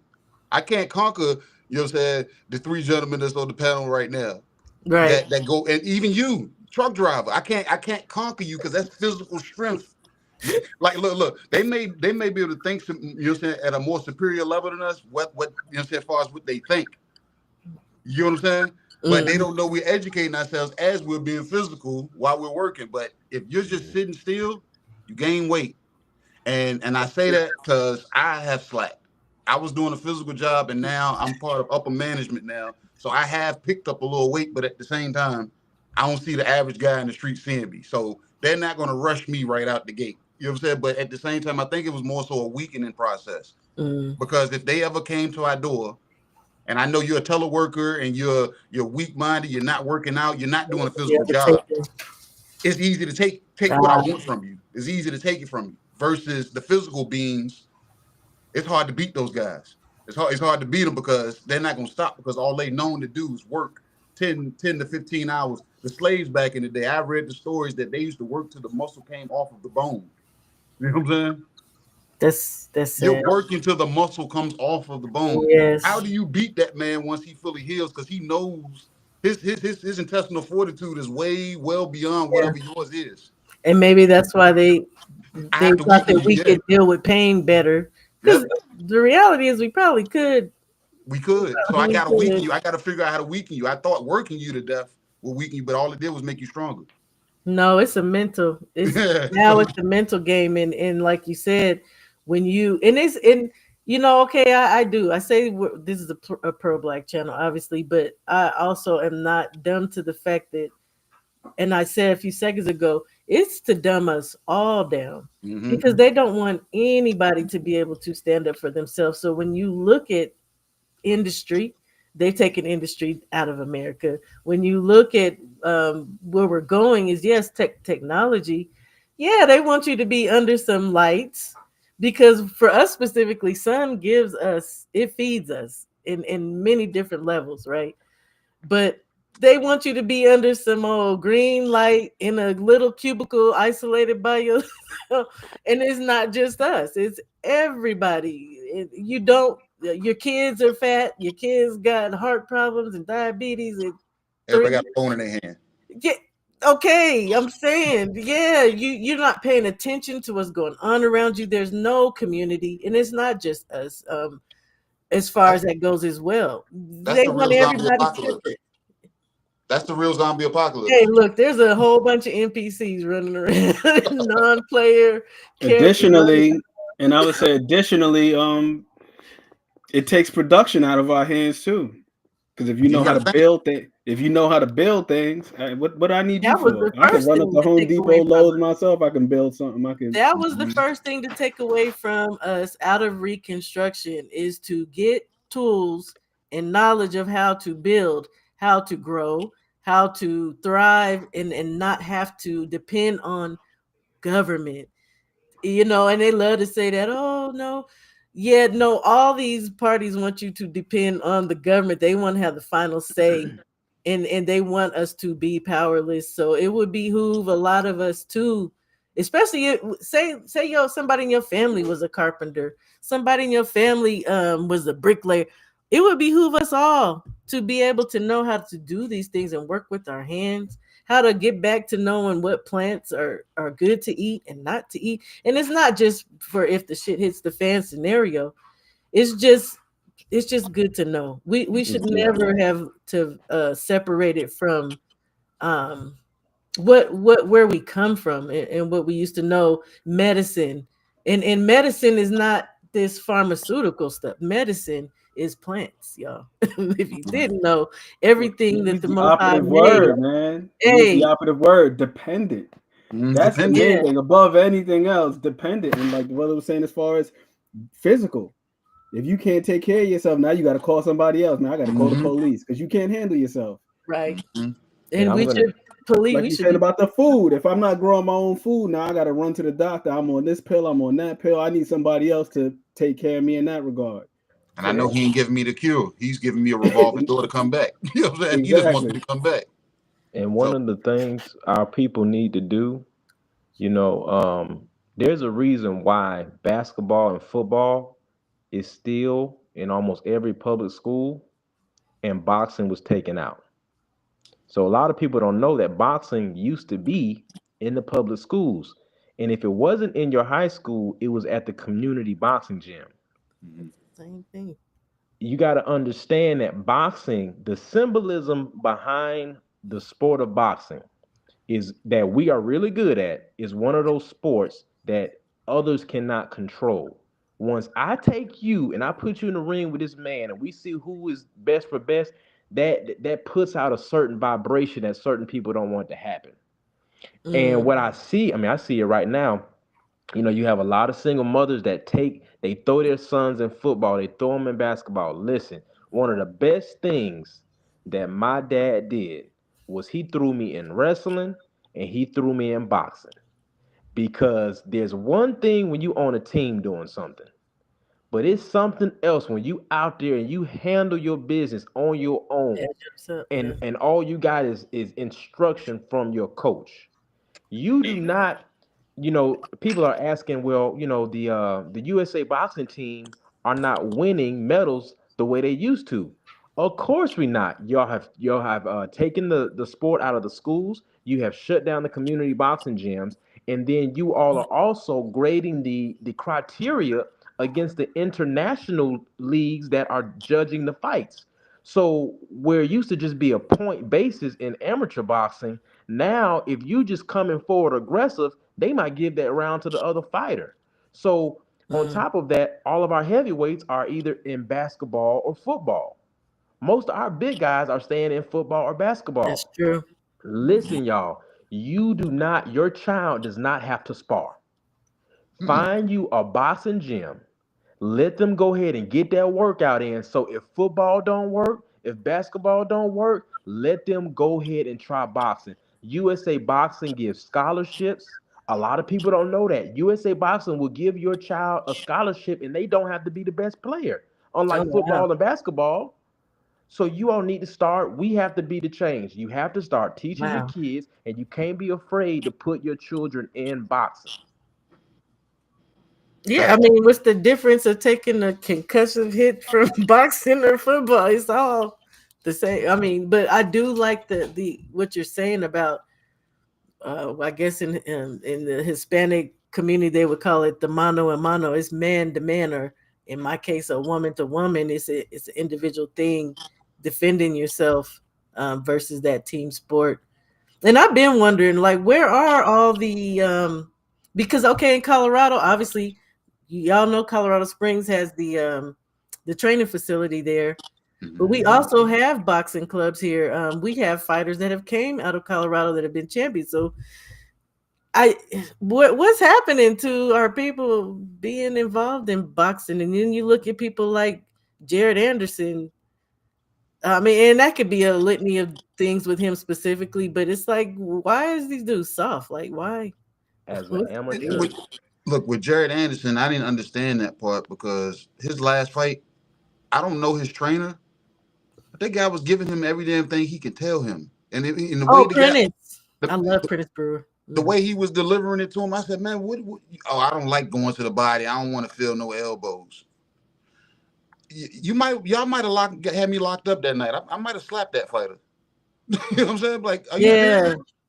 there's something Like, wrong with that, man. what is going on here? that's crazy. What's wrong with it? Like, what is going on here? It I don't was like like, throwing body shots because I don't want to feel his I don't want him. I don't want his elbows. I don't know, dude. I'm just saying, these kids But is but soft. but I'm no. But like I said, we need old schoolness back. Fighters need that stuff needs to be broken out of them. Like I That, said, like yep. like the gyms I frequent around here. I'm saying Richmond, Virginia, where I'm at. Um, there's a lot of amateur trainers. You know what I'm saying? So you're getting the hard nose. You're getting it straight to the gut. So these kids, when they come in, they're not being talked to nice. And if they want to pity and pat and not be there, and they not want to be there mentally, call your mama, come tell her pick you up. They'll tell them straight up and down. Get out of my Mm. gym. I've seen you see a kid, 7, 8, 9 year old kid, get kicked out of the gym because he wants to have temper tantrums because his mom allows him to do that at home, and you think I'm supposed to be his daycare I coordinator. wouldn't deal with it You get what I'm personally. saying? So Mm. like I said, it starts at home. So when you get there, um, a lot of kids there come in because, of course, the old adage that this kid had he was in fights all the time. We want to find out if he want to fight. I would purposely put that in there with that kid against somebody that's going to beat him up to let him know you're not him. Mm. Hmm. And if I see that competitive edge in him, then that's what I'm looking for. Then I got to get the green light from mom or dad. Yeah. And straight up and down, a lot of times I say it respectfully, but mom, can you not come to the gym? Because if I can see how mom looks at her son, Yes. you're gonna mess up. You're gonna tamper. You're gonna taint something here that we're trying to work with. Don't come to the gym and keep y'all tail off that football field because y'all be showing. Yeah, like, even with football, I've dealt with moms, and you're like, man, Yeah, we have to do better as a That yeah, people, too. because once someone puts an organization out there for you and you all hmm still don't come, like at that point it's accountability on you. I hmm am a black man that opened up a gym. Do you know more? I have trained more Mexicans than black people because their parents were willing to bring their kids to me, trust me with their kids. I had one of my boys, Aaron Palafox. I got him when he was 14. At the age of 16, he was a national champion. Mm. Now, and I have the same conversation when they bring their kids in. They say, "Well, I don't want him getting hurt." But you all don't mind putting him in football, basketball. And I always tell mothers, listen, your child does not have to spar. If all they do is come and get the workout and the discipline, that is fine. hmm That's good. But if we don't have any kids coming into the gym, we're not gonna have future champions. That's right. Plain and simple. Because these other kids they doing soccer, they doing wrestling, they doing boxing at the same time. hmm Stuff they still can get hurt in though. And two of those things the public school provides. So there's no excuse. At some point, we have to take accountability and say, hey, y'all, we got to go ahead and start putting our kids out there. There's no reason why the heavyweight division in American boxing looks the way it looks. Look, hey, Coach Hudson, Shower, and Ant, if you got kids, why did we rob? Well, not us, but per se, but why as the masses? Why did we rob our kids of adversity? It's like they got weak. We won't let them fall. It's like we can train them to be the sharpest tool in the damn in the toolbox, but we still won't let them go out to find out if they can cut through anything. Should It's I like throw we, mine out there? yeah, that's what I'm. Me too. But a lot of people, a lot of these kids, they don't know adversity. So when they, I think because okay, I'm gonna tackle that as a yeah, please, yeah, woman, and as a mother, and again, like I know everybody hates that I keep banging this across everybody's head, but as a people, um, because my parents were part of that era of somebody said it earlier, wanting your kids to have better. It was you. It yeah, was you. yeah, yeah. Mm-hmm. We want your kids to have better than you, and I think that in thinking that they want to remove them from struggle. And then as we also live in a society that gives everybody a ribbon, right? Everybody's a Mm-hmm. winner, everybody gets the trophy. And I did this my started best. when my girls were like 2 and 3. My daughters are 26 and 25 now. Mm-hmm. But I remember specifically when that happened, and I'm thinking to myself, why the heck would somebody who came in last and obviously wasn't even trying, or maybe they would say, why would they get a ribbon and get congratulated for doing something that, how does that make the person who came in first feel? Everybody gonna get what I got, and I worked hard and I beat everybody. So I think that's also a societal thing of Mm-hmm. not wanting people to feel bad, not wanting people to have to struggle. I get it with us to a degree because I Mm-hmm. still don't think it's right. We should have kept our grit. We should have kept our and I still do think we're the most resilient people because we've been through so much and we endure so much. But I just think that's what it has to do with KG. I think it has to do with people not wanting to have to struggle. Everybody want the easy button. That's another thing about society. We want everything quick, fast, easy. And we don't want no pain. We don't Michael, want no strain, no struggle, no strife. So I think that's what it is, to be honest. Yeah, I think that's an Americanized thing. It is. It's a I think westernized that's why I thing. raised my daughter because I'm a single father of two daughters. So when people see Mm, my daughters, they see two pretty girls, but at the same time, she can go change the tire if she have to. You know what I'm saying? She my can shoot if she has goodness. to. They've been trained to box ever since they was 3 years old. They've fallen out of it, but at the same time, They know though. They know they yeah, they did know. Hmm. that. Yeah, one Just plays flag football, surprisingly. The other one plays basketball, and they both run track. So I can't ask for no more. They've exceeded my expectations, but at the same right, time, I still feed life to them because right. and I talk to them in a certain manner because I tell them I still need you to be hardened. I need you to be soft as women, but I need you to be hardened because the world ain't gonna care if you late or if you That's broke a right. nail or you know what I'm saying? This is They- what your mom used to tell you. Get your butt out of it. Nobody care if you late. Nobody care if you. yeah, Now you don't get that no more. Everybody coddle. They coddle these people. and I'm rough with my so when people they were like, "You making it?" I'm like, "Yeah." I'm like, they get the women time, they get the soft side of that, but they got to get the disciplinary, but then they got to get that grit. I still got to let that rub Yeah. off on them because you still a representative of me when you step foot Yeah. out.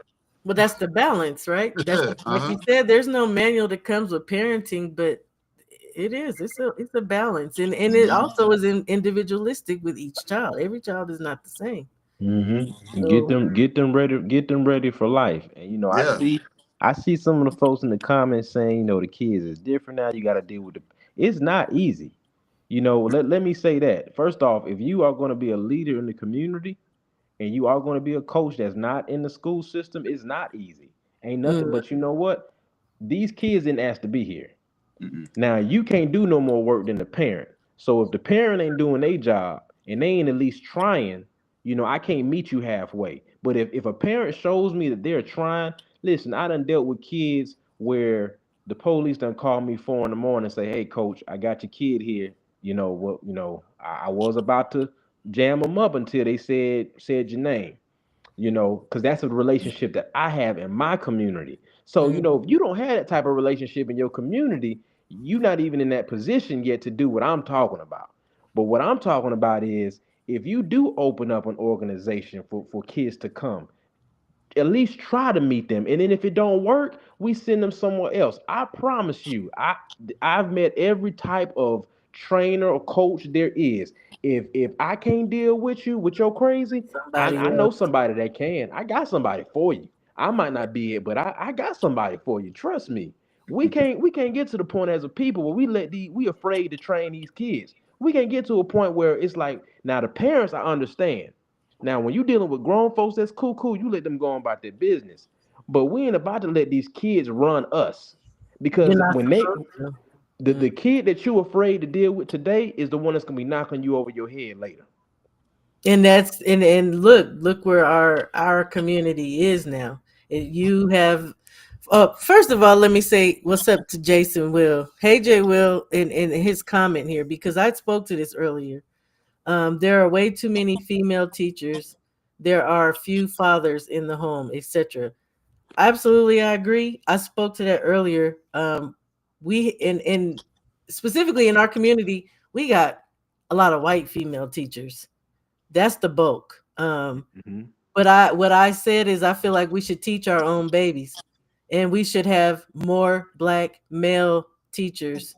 Because I think also in we deal with this crap of the ADHD and putting people these people they be trying to put our baby on meds basically, and it's not necessary because back in the day your teacher would go upside your head and your teacher would go upside your head. Look, I went to a private school when I was little. They had rulers. We had the pastor was gonna spank your butt and if you was bad, right? Mm-hmm. Hey, So Shaw, my principal had a paddle.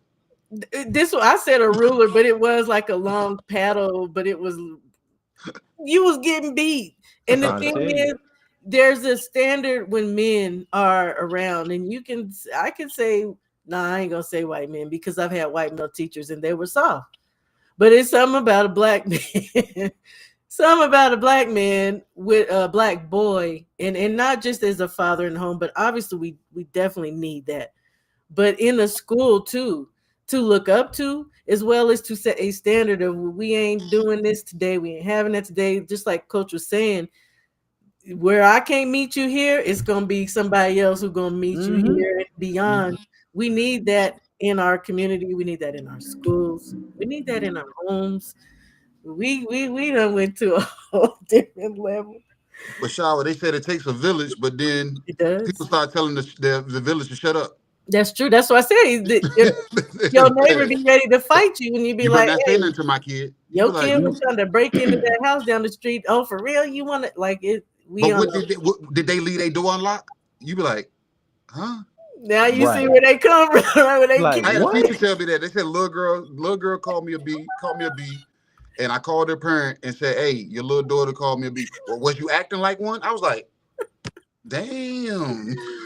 But you right about that presence. That presence will make a bigger impact than some of you think. Just you standing there. I went up to my son's school, went to pick him up one day. There was another little black boy, not my son, but there's another little black boy, and he is up there acting a whole fool. And I Yeah, see it's listen, y'all, it's about five teachers around him talking to him now, Rashad, we need you to calm down. And he just cussing everything. Listen, all I had to do was get out the car. I folded my arms and looked at him. Do you know he completely stopped and sat up straight? see, These it's kids, necessary. these kids ain't crazy. Hell no. No, They it's just know who to necessary, try. and you need to catch it before they get to the point because to go back to what you were saying, now we see in our communities, and this was happening for me, honestly, as I was entering my young adulthood. Because, like I said, gangbanging came all through here, as I'm sure it did a lot of, especially if you live on the West Coast, Midwest, and eventually to the East, which you guys had different gangs, but the Bloods and the Crips, we're gonna say specifically, right? I watched where it did go from having a respect for adults to adults being afraid of kids, and Mm-hmm. then going to being afraid of these older kids. Now they're afraid of 13-year-olds. They're afraid of 10-year-olds. These people be ready to fight their own parents as well as the elders in their community. Then it got to a point where the people in the community are so afraid that, well, these guys broke into this man's house and he ended up shooting this kid as he should have because they came into his house with guns. Well, why did his family feel the need to say, "Oh, you didn't have to kill him, lady. If you come in my house with guns, I'm just gonna let you. I got something for you. They don't We live in we gonna be reality. battling it out. Don't tell me what." Mhm. That's where we at today in our community, and it's not all over the place, obviously, but there is a problem, and it does need to start early. We need to be getting these kids early before they get involved with these dummies that's just run around here thugging or whatever Mm-hmm. the heck they call this. I ain't hip to none of it. No, that's real. When these kids get to that point, what people got to understand is, there are some real psychopaths in law enforcement in Mhm. certain places, and they are dying to run into your children. Mm, You think they bad? Can't nobody tell y'all nothing. Can't nobody talk to the parent. Can't nobody say nothing to the kid. Trust me, there are some people that are waiting. They can't wait to run into your children because the compassion that Coach Hudson might have to not take your child life and talk to him for a second, they not gonna do that. Mhm. mm, Mhm. First chance they get, they gonna try to take it all the way to 100. Cause I listen, I've been there. I was in the military, I was in law enforcement, got Mhm. out, mm. been in, ran a gym, so I done seen both sides. Listen, once your child gets in that jail, hey, Yes. it's somebody gonna be telling them what to do. They're gonna be telling them when to get up. Mhm. They're gonna be telling them when to go to sleep and when to eat and when to get off that phone. So you either try to catch it now, now if you can't if you can't find them anybody in the school, find an organization. You can't find an organization, you just sitting down with your child and eating dinner with them can make a change and you just doing nothing. I don't want to hear no excuses why you cannot at least put your foot forward because this is our job. Mm. Plain and simple. In the military, we have a general order, and that general Mhm. order is you don't leave your post until properly relieved. If you Mhm. are a grown man and woman in your community, you need to take care of your children, plain and simple.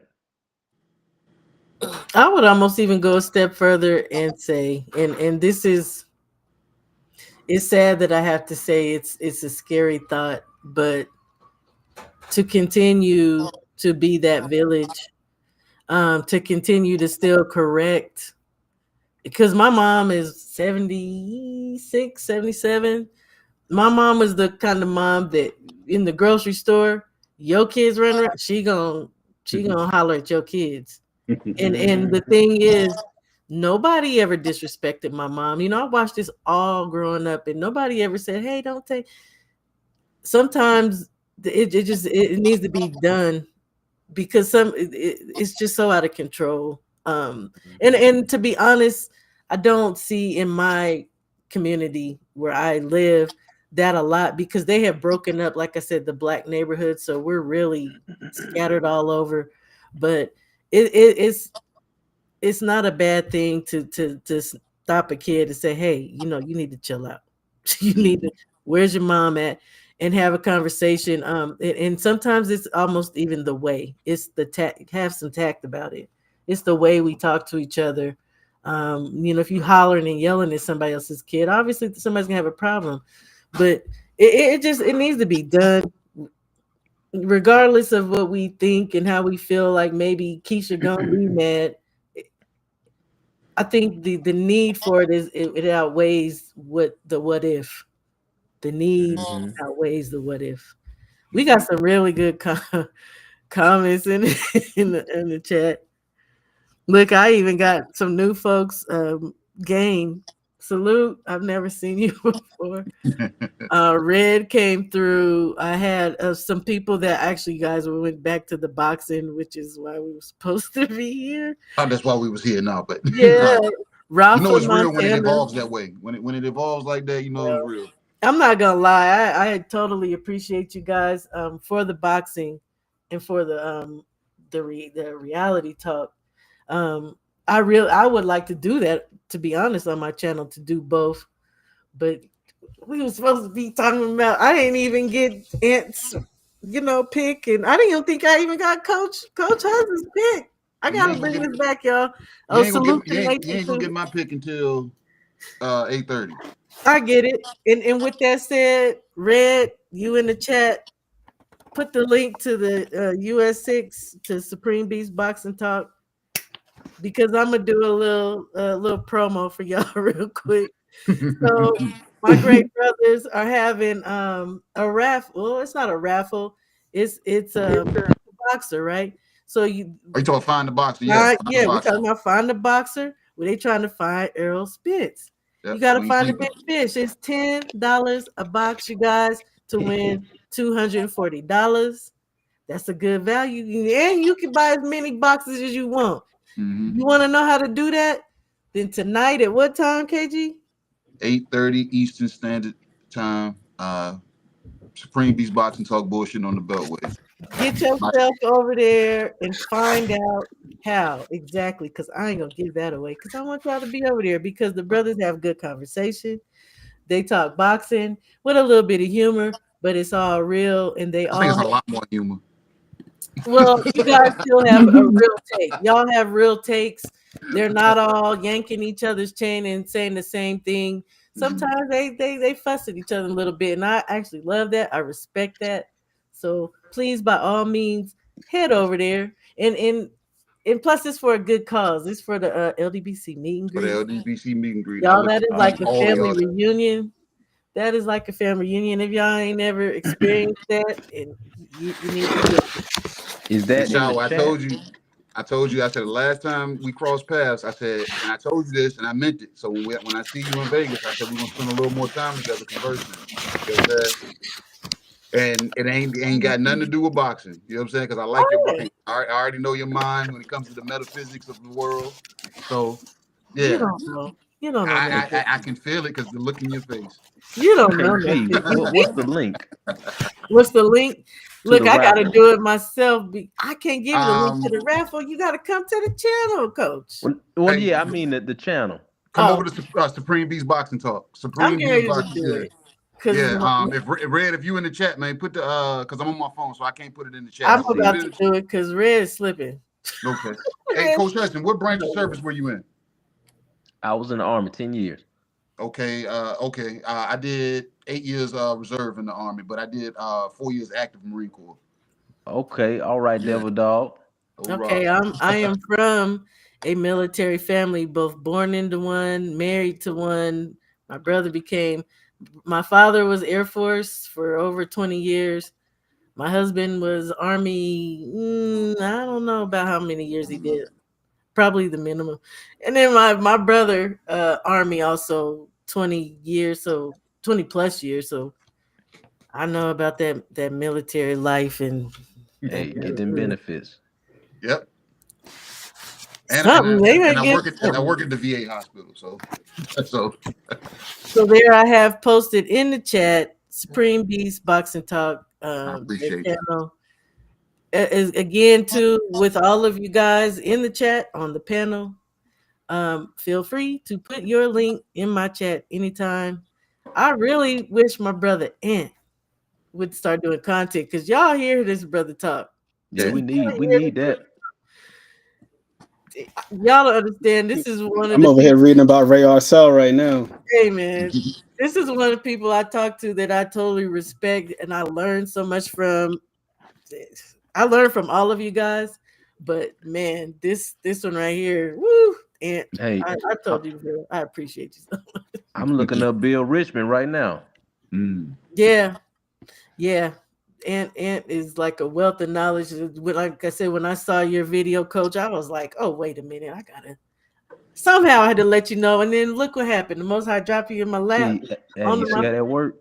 yeah, There's this quote from Ray Arcel that I was reading in this book, and I felt like it coincided with something that Coach Hudson was saying about boxing being in school.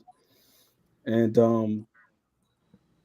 something I've been ruminating on about just recently is just critical thinking. Because we were having that conversation the other day, Shawa, kind of like how we'll just hear something and then we just perpetuate it.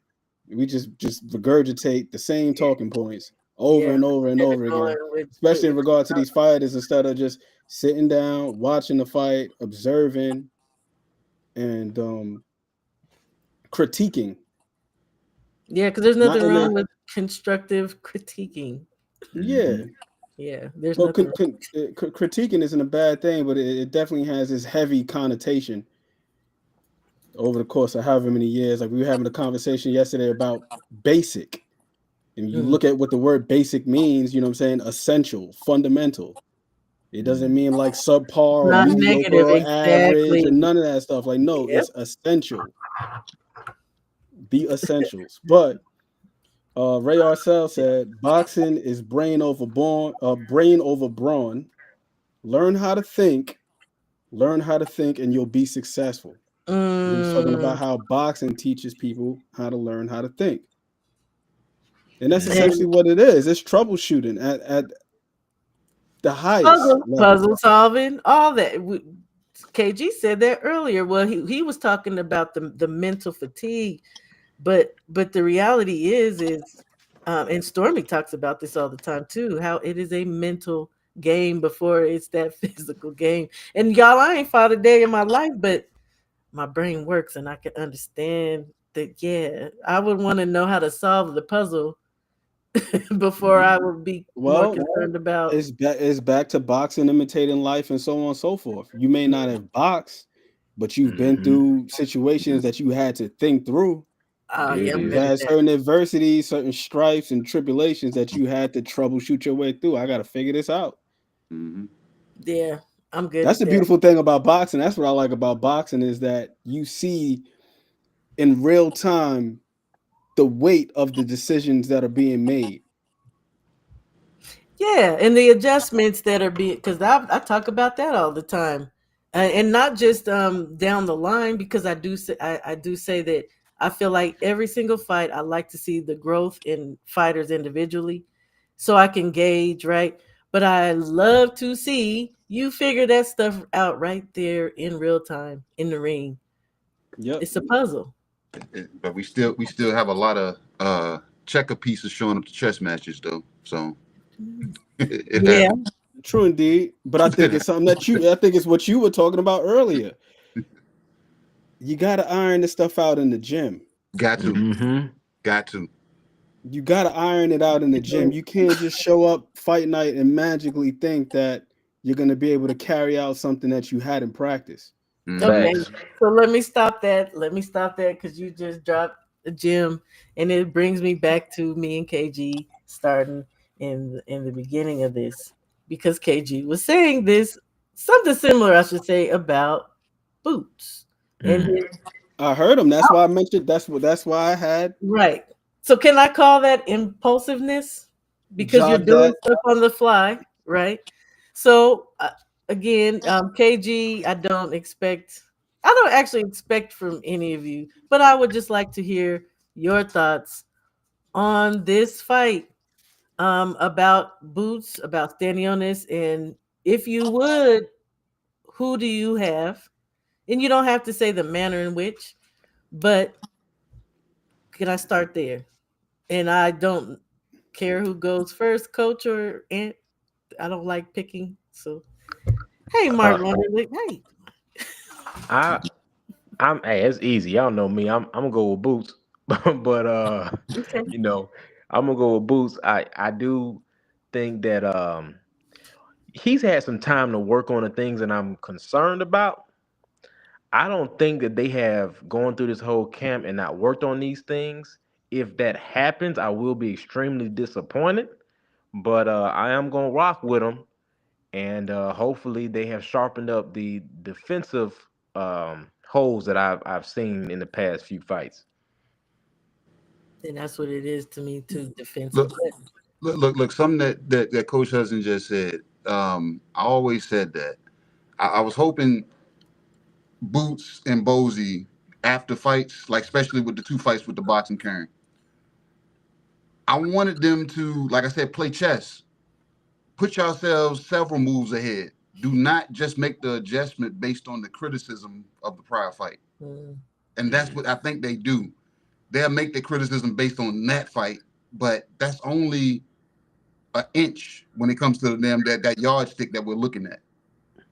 All you did was choose an inch instead of let me. I know it's going to be an inch after that, and I know it's going to be an inch after that. So we have to put ourselves in that mindset. You got to sharpen yourself for every archetype that you're going to see. Mm. And that's one of my flaws with Bozy Ennis because like I said, I don't know what he's saying in the camp, but I can hear what he's saying in the In ring, that and it's corner. not much. So if you're saying that you're going off of your son's raw talent, his instinct, and you're allowing that to flow, and I don't know, we got to figure out how to add some commas in there and put a period and put proper punctuation when necessary. Facts. Troy Isley, I told him I love the fact that he switched up and went over to the Bomac camp because I told him, I Mm. said, kid, I said, you got every tool in the toolbox. I said, but you need to know when you need to go to the toolbox to get that 1/4 socket wrench. I said, Mm. sometimes you don't know when to do it. And I said, Bomac knows to tell you what tools to go get. I said, and the fact that you listen, you know when to listen to go get that tool. You're not going to show up with a socket wrench knowing you just need a Phillips damn head screwdriver. Like I said, so a lot of people don't understand that concept. I said, and Boots, it looks like he has all the tools in the toolbox, but I don't think he does. And I don't think Bozy knows when to tell him to use certain things. So Mm. that's Mm. something that they have to work on. Because Boots has it, but the athleticism. But once they catch up to your athleticism, look what happened to Roy Jones. Look what Mm-hmm. happened. Look in football. Look what happened to Mike Vick. That Yep. 1 year out of the league, they devised plans to keep up with him. Same thing with Roy. Once he slowed down and went up to heavyweight and came back down, and Antonio Tarver them had his way, people Yep. start devising. They start devising stuff around you because of that. Yeah. So Mm-hmm. Boots is going to like when he had the hiccup with boxing Karen, people started saying, "Oh, Boots this, Boots that, Boots this, Boots that." Yep. If that's the case, what are y'all doing behind the scenes to To sharpen? fix that. Yes. Yeah, and Mm-hmm. beyond and beyond. And So that's where coach is saying he hopes going forward that in this fight we'll see those corrections. hope so. I But hope so. I hope so. I'm still picking Stanionis personally. Um, Aunt McQueen. Yeah, I'm picking Stanionis as well. We've had long discussion. We've had Yeah, begrudgingly, I'm picking Stanionis yeah. because, for one, I would love to see Boots versus Brian Norman Jr. mm, That's been cooking, Boots win. so I would love to see that. Plus, I would just love to see him be successful Yes. as a black fighter, as a black American fighter. I think it's important that these guys are supported. Like Coach Hudson was talking about before, man, this is something that's been going on since back in the days. I remember watching an interview that Floyd Patterson did in 1985, and he talked about the thing that hurt him most when he got knocked out by Ingemar Johansson was not the fact that he lost the fight, but that he didn't get the support here at home. He said he got more support from people in Sweden, where Ingemar Johansson is from, than he did from his own people. And that ultimately influenced him to buy a house out there. So it's Mm. important to support these guys. But with that said, I'm just not too encouraged because we keep seeing the same things over and over and over again. But most of the time, what happens is these things go unnoticed when folks get the dub. Mm. And then when Yeah. they finally lose, that's when we say, "Oh, this guy been exposed." It's like, no, these things have been there They there. And you do film study when you can on your channel, and he shows this a lot. over and over and over And again. you go back to old film and the same stuff we be talking about today that is an issue. It's been there. It's what the brother KG said, man. It's the athleticism. It affords him, in the past at least, it's afforded him to be a little bit lax fundamentally. With Roy Jones, I think with Roy Jones, it's a little bit tad bit different because one thing I will say about Roy is like I used to think the same way most people do. Is like, oh, he's just an athletic specimen, so on and so forth. But if you go back and watch Roy Jones fights, one thing that Roy did was he exhibited a great sense of spatial awareness. Mm-hmm. Like Roy wasn't falling in when he's throwing his shots. Shakur. He was keeping guys at the end of his punches. So even if he was fighting with his hands down, he was at a range where he could see things and react to them. Now with Boots, it's the other way around, specifically when he's southpaw. When he's southpaw and he's throwing his power hand, when he's throwing his backhand, he falls in a lot. And in that last fight with Karen, his dad was admonishing him in between the eighth and the ninth round. He's screaming on him, "Stop falling in. You Mm. keep falling in. I'm telling you, you falling in."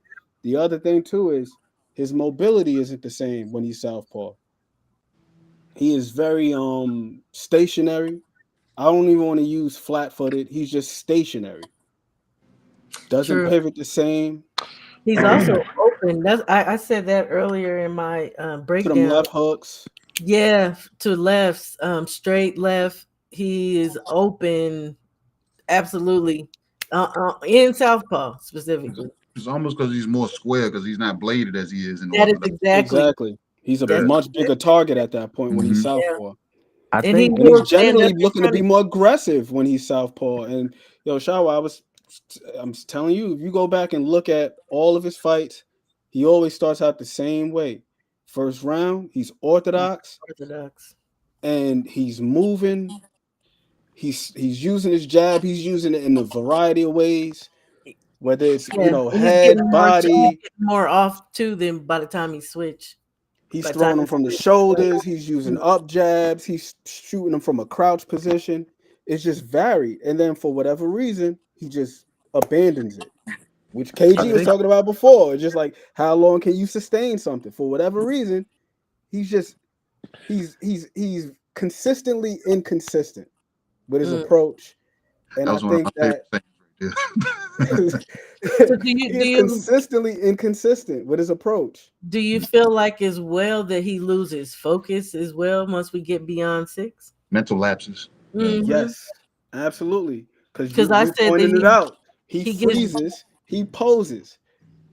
he gets drawn into his opponent's fight. He starts to fight the other man's fight instead of continuing to stay on the outside, mid to out, and boxing. You Box. don't. We don't need to see you inside fighting because you're already on the outside. You're not. To me personally, you're not defensively some defensive wizard.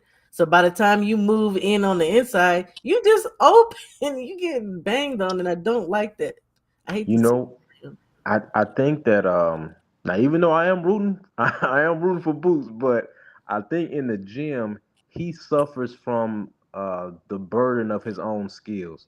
And what I mean by that is when they let him spar, he is stopping people when he's sparring, but he's only doing it 4 to 6 rounds. And I think what's happening is when he sees that he can't do that in a professional fight, he starts fighting the other person's fight because he's so used to stopping people. He's used to Hmm. getting them up out the ring. That makes And sense. and Hmm. and his father has been training him to do that since he's been a kid. Hey, Hmm. we gonna steam. You can't steamroll everybody.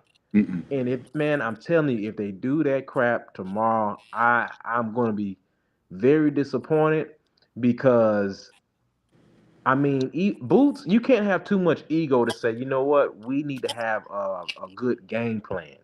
Like one thing I love about Coach Mustafa, which this is why I'm excited for the next Tank versus Lamont, is if Coach Mustafa, if he says, hey, I want you to give me a 1-2 slip rear hand, he will make you do that move 1,000 times before you move on to anything. 1,001. You need to, and they need to. You need to. And Muscle I memory. It's thick. and I think Boots needs he needs a game plan and drive that game plan into the ground over and over again. If he thinks he's just gonna come in there and stink, if that's the plan, man, and they just come in there, I will be more disappointed because I know that you all just didn't prepare. I know that this brother has the tools to do some amazing things, but for whatever reason, whether it's ego or the team not being together or whatever, you all didn't do what you all were supposed to do in camp. And see, okay, you were saying that they spar, they practice to go these rounds where he's knocking people out. Why would you not? And then this is to the two coaches, but obviously and too, but specifically for the coaches. Why would you not teach your subject to go 12? Why wouldn't you say no? We gonna box you. We gonna box. There ain't no stopping. We need you to get that boxing game. Like I don't get it. It baffles me. You're hampering your own fighter by See, letting them just do that mess. see, somebody like a Boots, you got to play Shark Tank with him a lot. You can't damn allow him to do that. You can't put him in there with somebody and he obliterate these guys in 4 rounds. So what Yeah. you got to do is you got to kill Boots. You like you don't even let him know how many rounds we're sparring that day. Every third to fourth round, I'm snatching that body up, putting a fresh body in. Mm. Come out, So give me you another don't get body. a chance to Yeah, knock out that guy. he's never going to have a you know what I'm saying. So and then I like that. each fighter is going to have a different because like I said, you see it a lot, and I know Coach, you probably see it. You see maybe of course not in your gym because I hear how you talk, but you go to other gyms, you see guys sparring guys just to have bodies to beat on. No, Hmm. I need sharp. I need you actually sharpened. I was on the phone with a fighter yesterday, and I said, "What's up with that knot across your nose?" No. I've been had this. I said, no, you was in that sharpening iron. I said, ain't nobody mad about you getting hit, bro. Hmm. I just seen T.O. I'm not a fan of T.O., but T.O. got a black eye. So that You means you're showed, working. You're getting worked somewhere. Yeah. yeah. Anytime I see Boots sparring, I don't see no swelling. I don't see nothing where he's being hindered. You have to be in there being sharpened. So you're being hit, you're hurting yourself in the long run. So that's Every time why. we do see film of him in the gym, it's him looking good. It's Yeah. But Oh yeah. that's what they're gonna show. They're gonna show that. They're gonna either show them BSing or they're gonna show them looking good. But we're not gonna show the goods. I'm not gonna show you the goods. But at the same time, I don't know who his sparring stable is, but you need to bring in foreign people, people from other gyms, people from pay out of the people. You gotta city, pay out different of people. And areas. these guys can't come in here just to lay down, just to get a paycheck for the week.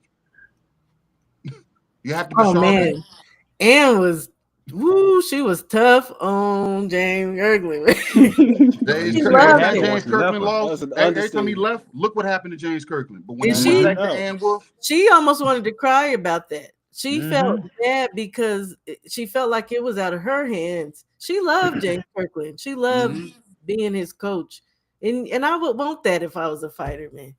I gotta kill you. That's something as a trainer. I have to Yeah. look. You got to be willing to kill yourself behind the scenes so they can't put a scratch on you in public. You get what I'm saying? And that's something I drive in my daughters.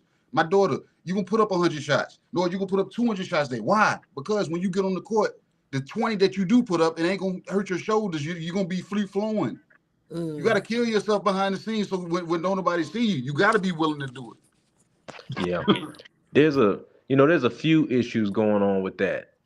Number one, I think sometimes the camp might not have the resources to bring in the type of sparring partners that he needs Because it costs. because you can only have so many national champions or form unless they do you a favor. Now sometimes you might Mm. have some guys that like Sean Porter. Sean Porter did him a favor and came in to spar him, Mm. and the word on the street is he almost stopped Sean Porter. Mm. Now, my thing is, why are you trying to stop people in sparring? You aren't learning anything. So, like Coach is saying, You're there to you work. you right, like Coach is saying, we need to put you in there and make you work over and over again. Now, there's two different ideologies between trainers in boxing.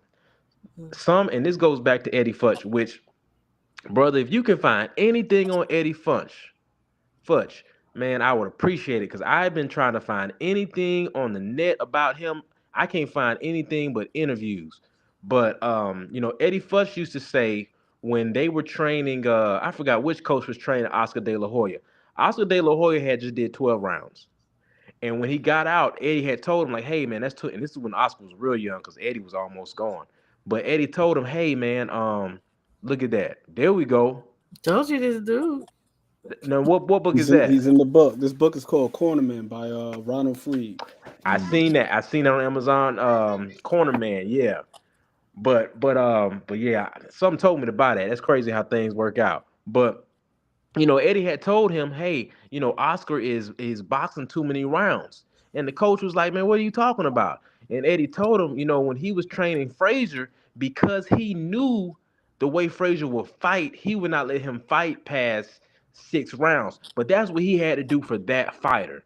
Mm, With Boots, his training regimen has to be where whether you get some Eastern Europeans to go there with him and you really put him in the dirt until he's tired and he's forced to use his skill. One of the things you have to do with really strong fighters that's in there just hurting people, dropping people with body shots and stuff, you work them. Either you work them and you have them spar right after roll work, mm, or you get them in there and you just have them. You put them on the pads. You put them into the dirt, and then you have them hop into the ring and do that. Now, of course, coach, you was right. I don't play that in my gym. If you in there beating up on somebody, I'm gonna say, hey, come on, everybody get in the van. We going to the hood, and I'm gonna let some folks at somebody else's gym give you what you need, because that's not what we doing. But okay, Coach Hudson. but yeah, that don't teach nobody nothing, and that's why a lot of fighters' bodies are breaking down because they're having these dog wars, these Mm, dog fights in the gym. There's no reason to do that. You're not getting paid for the gym. You're supposed to be in here learning and working. So if you in there and you taking that type of damage, it does not help you at all. You're supposed to be learning for the fight. And when you look at a fighter like, and another issue that happens is when you take a fighter like Tank, who we're depending on his power. What people don't realize is even though we're depending on your power, there is still a game plan. If you go back and you look at the Ryan Garcia fight, when the coaches did the interview, they could show you from, I forget what the show is called that they do where they're showing them train before the fight, but they were showing you the exact combination that they were going to use against yeah, Ryan. They they did do that this. a lot with Tank. If you Yeah, they ever did the pay same thing. attention. But listen, I didn't see that for this fight with Lamont. I didn't see no real game plan. Nah, you won't go see that. You see? Maybe So because they had a new, different coach, or not, yeah, not new, but the a different coach. You think maybe he was See, like, but "Nah, here's the thing. Coach Kenny generally does the game planning. I thought so." He generally does the game planning. he was there for camp, so I don't know what happened. Well, too, when you He would wasn't there extensively. when you can talk about that, that was also what, wasn't Showtime still around then? So we were seeing that on the Showtime. I don't think they had any preview of, aside from you seeing, maybe on YouTube, some of the things he's working on. They It, they don't have that for Amazon now with them. So so it Top Rank might have still has it, been I think. it might have been on YouTube, but I remember the video with Coach Kenny showing the exact plan that they were going to do when he knocked out Rowley, and I remember them doing an interview where they showed Tank saying, "Yeah, I was afraid of. I knew Ryan's left hand was going to have some power, and if I could keep getting him to throw it, we was working on doing this." So for this Lamont fight, I didn't see like any interview. It just seemed like the whole thing was off from the press conference that they did at the cafeteria. Yeah, All of that. it was different promotion, wasn't it? Because I even felt like both of the press conferences were just, it wasn't PBC standard. I'll just say that. I don't know where Al is, but Yeah. none You of talk about that was. Dougie Fisher. You know what? I can't stand him. Oh, I can't stand Doug Fisher, man. Oh, I wish they would get him off a ring too. Just get on out of here, oh hater. You black, Dougie. Just want you to know that you're black, dude. He didn't get that memo. He ain't ever gonna get the memo. So okay, so Kano is saying Boots is getting a lot better work than the public knows. I don't think it's about the level of work that they're really saying. It's the what's being allowed as far as what's happening in the gym. So he may be sparring excellent people, but you're not going. Clearly, he's not going rounds. Getting We up gonna out see of what getting up happens out. this fight, though. We gonna see. We shall see. Yeah. And were you finished talking? Because you did say you were picking Stanionis. Well, we could touch on that part. He's not going rounds. I think that's another area in which he's been done somewhat of a disservice. It is. And this is why I said it's no indictment on him because he's not the one who's in charge of matchmaking. He can only fight who's being put in front of him. But None of this is ever an indictment. We was talking about that last night. yeah. I don't. I think too, as boxing supporters, because I don't like the word fan. We we should, and we were just talking about we should be able to critique, right? We are Hmm. fans, and beyond being fans, some of us really like to actually study the sport. We got Mm-hmm. two coaches who teach the sport, so it's not about putting somebody down. It's not about dogging somebody out. It is really breaking down what we see and critiquing it, and to me, for me personally, it's wrapping my mind around it and trying to figure it out. So it's not an indictment on Boots. Again, I said I like Boots. I would like to know that Boots could win this fight, but from even as a person who's recently joined the whole boxing community and studying the way I do, uh yeah, I ain't gonna lie. I'm not a liar. I'm gonna talk about what I see and what my mind understands, as far as the mechanics and listening to interviews, breaking down all the material. I have Stanionis. I'm gonna even really, before you get into your indictment, your non-indictment. Last night, I felt like Boots was a little dismissive. He and his father. Some of the commentary leading up to um, last night too, dismissive, and I don't think you should ever be dismissive of your opponent. So blase, um, and again, I think that plays into our psyche as the people who think and that Boots is a great fighter. And from what we see, and we're not really breaking down all of it. You can't be dismissive of the dude you about to fight. You talking about knocking out, and it can happen, but you're talking about knocking out a guy who's never been knocked out before. We talked about the fact that Stanionis, not that he gets stronger, but his grit becomes more at the end of a fight. He's taking a whole bunch of punches. He's Mm. taking that stuff, y'all. He's not just laying down. He's Go ahead, Ant, because I'll be up here forever I going would in. I would say the main thing is that his focus doesn't wane. There's no real drop off in his He's form. constant. As the cliche goes, fatigue makes a coward out of men. And we've yet to see that with Stanionis. That's why I sent you that graphic this morning from the Butaya fight when they said he was 6-0 in fights that went past the sixth round. Now we can make that officially 7-0 in fights that went past the sixth round after his last fight with Gabriel Maestre. And Boots has only gone past six 3 times in 34 fights. People don't, So they yeah, don't it's want to like talk about that. in the event that he's not able to just get Stanionis out of there, just dispatch him with a single punch or land some barrage that just completely takes him out of the fight. Here's another thing. I seen him look a little ragged down the stretch with his form. Here's And what's another his name is thing we far more want to talk consistent. about too. Because and my brother Tay brought this up in 78's channel earlier today. So and the reality is, yes, Boots has fought a lot of good fighters. Yes. Do I got Mm. this? Hold on. I You don't said know. Boots has fought a lot of good fighters. Yeah. As But he. to an extent, exactly. Hey, let me work. Let me work here to a degree.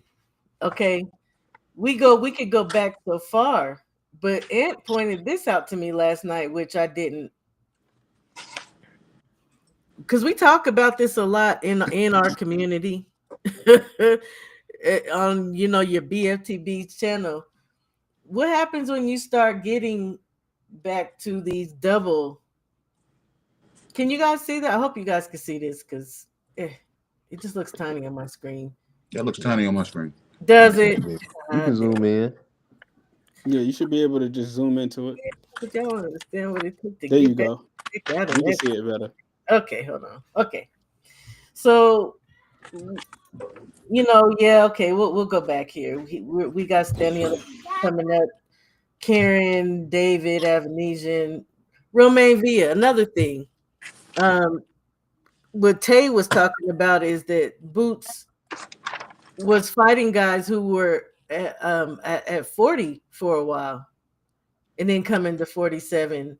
And even with somebody like Limpinitz, Oh, who got beat by him and went back down to 40. You know what I'm saying? Like, but back to this. Okay, so here we go. Back to before Armando Alvarez, 26-10. This Mike Arnautis. Amalco, 23-17. That's not bad. 13-9. But we got to consider this man has 30 fights, so this is not far back in his prospect time, right? Sosa, 15-10. Bruce, 23-14. What is this, you guys? The hell is that? where you? Let me see. Where you at? Lionel Jimenez, 3-18. I mean, I guess this was a while. This was a while ago. It's almost 8 years ago. But that Maybe. Armando cat was like his 21st fight. So his first 20 fights were He was still fighting 6 rounders. yeah, Oh but man. it was of this variety where you got a guy in there that's like 6-32. But three look, and but 18. look at the span that he's fighting. How many times in Yeah. 2017 did he fight? That's what That's several six, times a seven. year.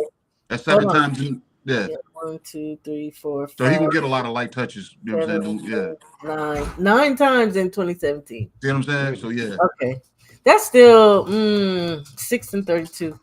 yeah, that's ugly. But I'm keeping you active. Okay, but okay, consider this. Now we got Abdullah who's fighting what 4 or 5 times a year. But Yeah. Abdullah has been signed to who top rank since the Oh yeah, beginning of yeah, this. yeah, yeah. Yeah. You're So right. they not gonna fit. A lot of these fights won't even televise that Boots was fighting. Absolutely, they weren't. Yeah. They, And a lot of them look here in Philly. they was But at I somebody's cafeteria but I believe doing this a lunch speaks break. more so to the point that was being made about the sparring. It's like what is the value of the activity if you just able to dispatch these guys in one round? Mm-hmm. That's a good point. Yeah, and building up. Yeah, it's this knockout It's record, like which no I'm fine resistance. with. Yeah, but like there's something to all of it, and I totally appreciate any correction. By the way, so don't ever feel like y'all telling me something I'm gonna get mad. Nah, I love this. I do. I feel like it's a little built because we talked about that last night as well. And all fighters are to a degree. They're built by their Mm-hmm. promotional company. They're built by the business. Isn't that what you're talking about, Ant? The business itself, because you're a commodity. So I just there are things that I look at and I just feel like again.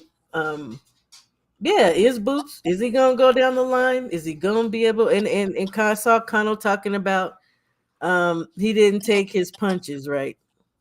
He didn't take Stanionis hasn't taken his punches, but like is that everything at the end of the day? Just Boots the ain't punches? taking. Yeah. You got to say that in return. So Yeah, in return, and we know that this man has gotten punched on repeatedly. We talked about don't go hush. We talked about Stanionis going the all 12 and being strong, finishing strong. But if this man is knocking people out early, well, what is he enduring at the same time, Connor? You know what I mean? I wish my brother was on the panel. And these good questions. Shoot. I'm just saying that these are things I like to think about when I think about boxing. I'm sure a lot of y'all do too sometimes. Now, Well, I gotta got a think about question that. for you. I brought that to you when you mentioned the long game yesterday, and I was like, when I rewatched that fight with Butayev, and I seen that stat, like some people might say, like, well, okay, you look at one guy, he's got a significantly higher knockout ratio. That's a good thing. But then to the other point that these gentlemen were making about the sparring, it's like if you're getting everybody up out of there, there's gonna come a point in time where you ain't gonna knock the guy out. Then what happens then? And I had gave you the example of George Foreman and Muhammad Ali. When them guys met, George Foreman was 40-0 and had only went past 6 4 times. Muhammad Ali took him past 6. Muhammad Ali at that point had gone past 6 over 20 times in 46 fights.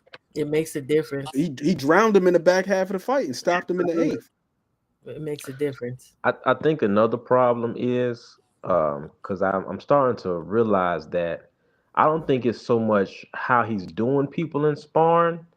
I think it's the fact that it's blacks and Mexicans. Because if you go back and look at Terrence Crawford, the Eastern European fighters have this weird way, like they move in this strange way where it kind of keeps you from wanting to go in. And like when you watch Bud fight Madrimov, you could tell that Madrimov's style at first was giving Bud issues. And what I'm starting to realize is that Eastern European movement, it's not quite Cuban, but it ain't Mexican style either. And I believe that that style gives our fighters an issue. So when it's time to bring guys in to get ready for these type of fights, they don't have a bunch of Eastern Europeans to come into the gym to spar with. So Do I you think think that's on I purpose? think it's the lack of styles that they're able to actually practice in camp. Access. Yeah, because you see it in the amateurs, but do these people even want to come in and show these fighters what it's like to fight? They better do what we do. No, They better do what no, we do. because Xander Zayas has been to Australia. Fighters go out to the other side all the time. Stormy If said y'all that gonna all the time. He said, if "Get y'all your gonna pay butt these out people, there in the world if and y'all gonna get pay them these to come places." there, y'all better stop being cheap with these damn sparring hmm partners. but listen though, if they won't even spend the money to get a proper nutritionist, That, that part. they ain't spending no money to go out to get that work to another continent they don't want to even be at. But they expect everybody to come to America to get that work. See, and that's what that all goes back to what we were talking about earlier, with our boxers being so privileged and spoiled. These, I'm telling you, these Eastern Europeans are going to be a problem. But y'all know I'm still rooting for Boots. Yeah, yeah, absolutely. I know you are. I gave my reasoning for I'm gonna roll with Stanionis.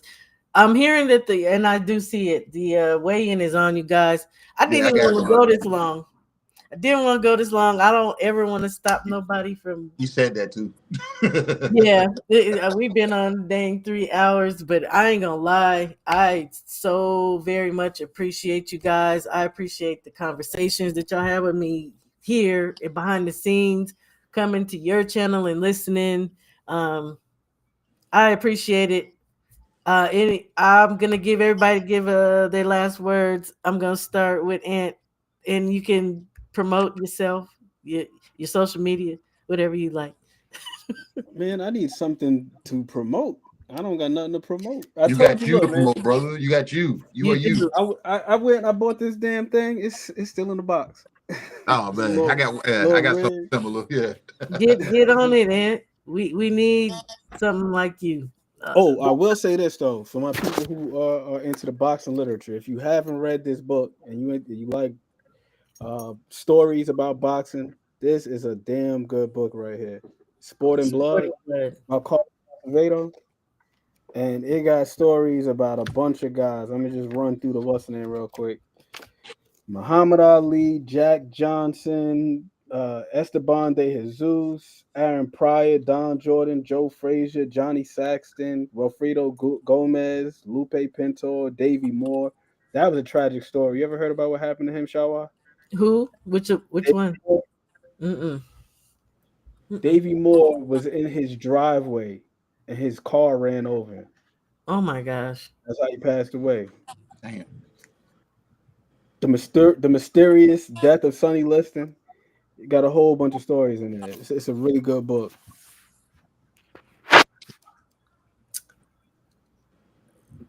Petty. Oh, They said Sonny didn't even like needles, man.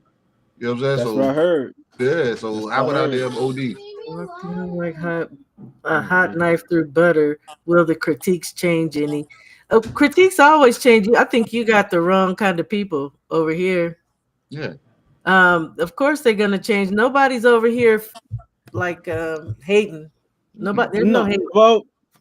well, Jay Petty, I don't look at anybody as though they're this crystallized version of themselves. Where like I feel like everybody is in flux. Mm-hmm. Nobody is static. You either getting better or worse. It's just only a matter of at what rate you're getting better or worse. So Boots can turn around and display something that we hadn't seen before. His technique could be sharp because he could have been working on things we don't know. That's the beauty of watching the fights. Is we get to see what these guys are working on, how diligent they've been, how disciplined they've been. If they haven't been, it's going to show up.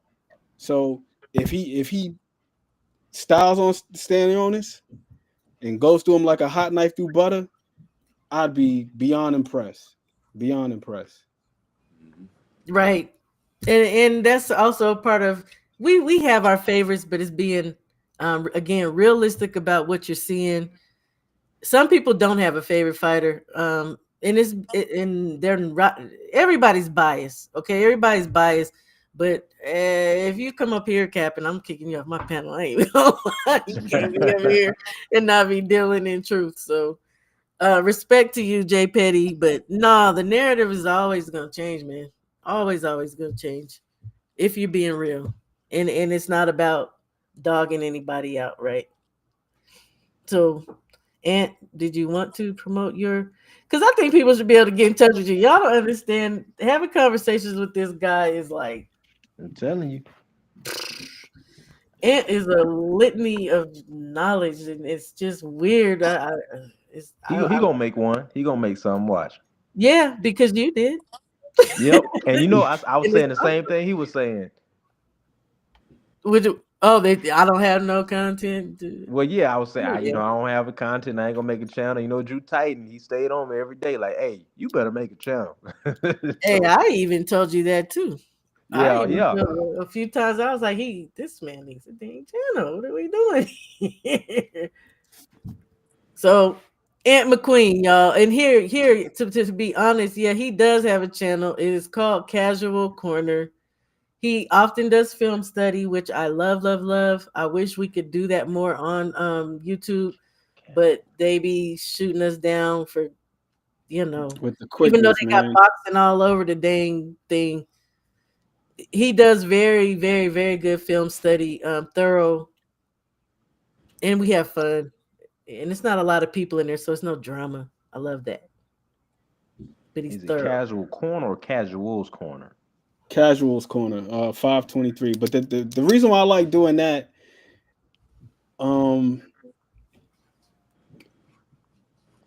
it minimizes argument. If we're all watching a fight together at the same time and we see somebody get hit with a left hook, how can we argue that? But if we're talking about hypothetical fights that haven't happened, they're not signed, and we're saying what this guy would do to that guy and so on and so forth. Like you You were right saying about before that. about bias. It don't matter how biased you are or how biased I am. If we see somebody get hit with a right hand all at the same time, we can't argue that. The man just got hit with a right hand. Mm-hmm. Like, but it ain't Yeah. hurt though. It ain't hurt though. Somebody can say Yeah, only Tim Bradley can do that. that. Okay, y'all. Look. You know what? Though? I could go back and watch this, but I definitely want to give everybody their chance. So Is that it? Yeah, I'll post the no, I'll post the link. But yeah, man, I Put the. greatly appreciated having this conversation with y'all, man. It's always dope having this type of discourse, man. Like honestly. I appreciate y'all, the boxing minds, and the fact that y'all would grace my panel. Man, y'all don't even understand how appreciative I am of y'all. I wish I could give you something. I could give you some love. I love you. I love you guys. Are some great brothers. I could all, and I always would promote my brothers too. So okay, please put your channel in the chat, and I'm gonna move to Brother KG. Please promote yourself, sir, and let us know how can we get in touch with you. You know we'll do that. First foremost, this has been a good one. This is what my second time over here, but I actually stayed a long time this time. I was only for a short time last time, But it so was still good last yeah. time. So I want to say I appreciate you. I appreciate the chat. I always shout out the chat. Chat knows I love them. This is my first time being on the panel with Coach Hudson. Yeah, I've been watching you. You know what I'm saying, since your inception, when you decided to jump on and start voicing yourself. So I said, man, this man, he knows boxing. You know what I'm saying? And I can appreciate that. But as far as me, everybody in this chat, I'm looking at the names. I see a few names I don't recognize. So I'm KG, one half of Supreme Beast Boxing Talk. I'm on Monday, Wednesdays, and Fridays, 8:30 Eastern Standard Time. You might catch me on a Thursday with 503 line over there, the Hard Hitters and Sports and Entertainment, where we keeping it trill. You might catch me on the Ack and Oz show Saturday mornings, where we're talking about different tiers of boxing, depending on the weight class, depending on your management structure, your promotional structure. It's a candid show, so we're talking about anything random as far as boxing outside of the ring, but we still talk about the bullet points of what that person may hold as their attributes. Sundays you might catch, well, no, Sundays you definitely gonna catch me on Usual Suspects Sunday, me 503, and the rest of the Usual Suspects, where we break down and do the recaps of Saturdays or Fridays fights, and we talk about the hot boxing takes. Um, you catch me a little bit everywhere. You might see me on 78, might see me on Drew. I haven't been on Stormy's in a minute, but I used to do the call in with Stormy. We call and talk about boxing. So I'm universal. You can catch me a little bit of everywhere. So you will see me again on Showers panel. So shout out to everybody. Shout out to the chat. Buy your tickets for the meet and greet. I don't have the link, but the Eventbrite link.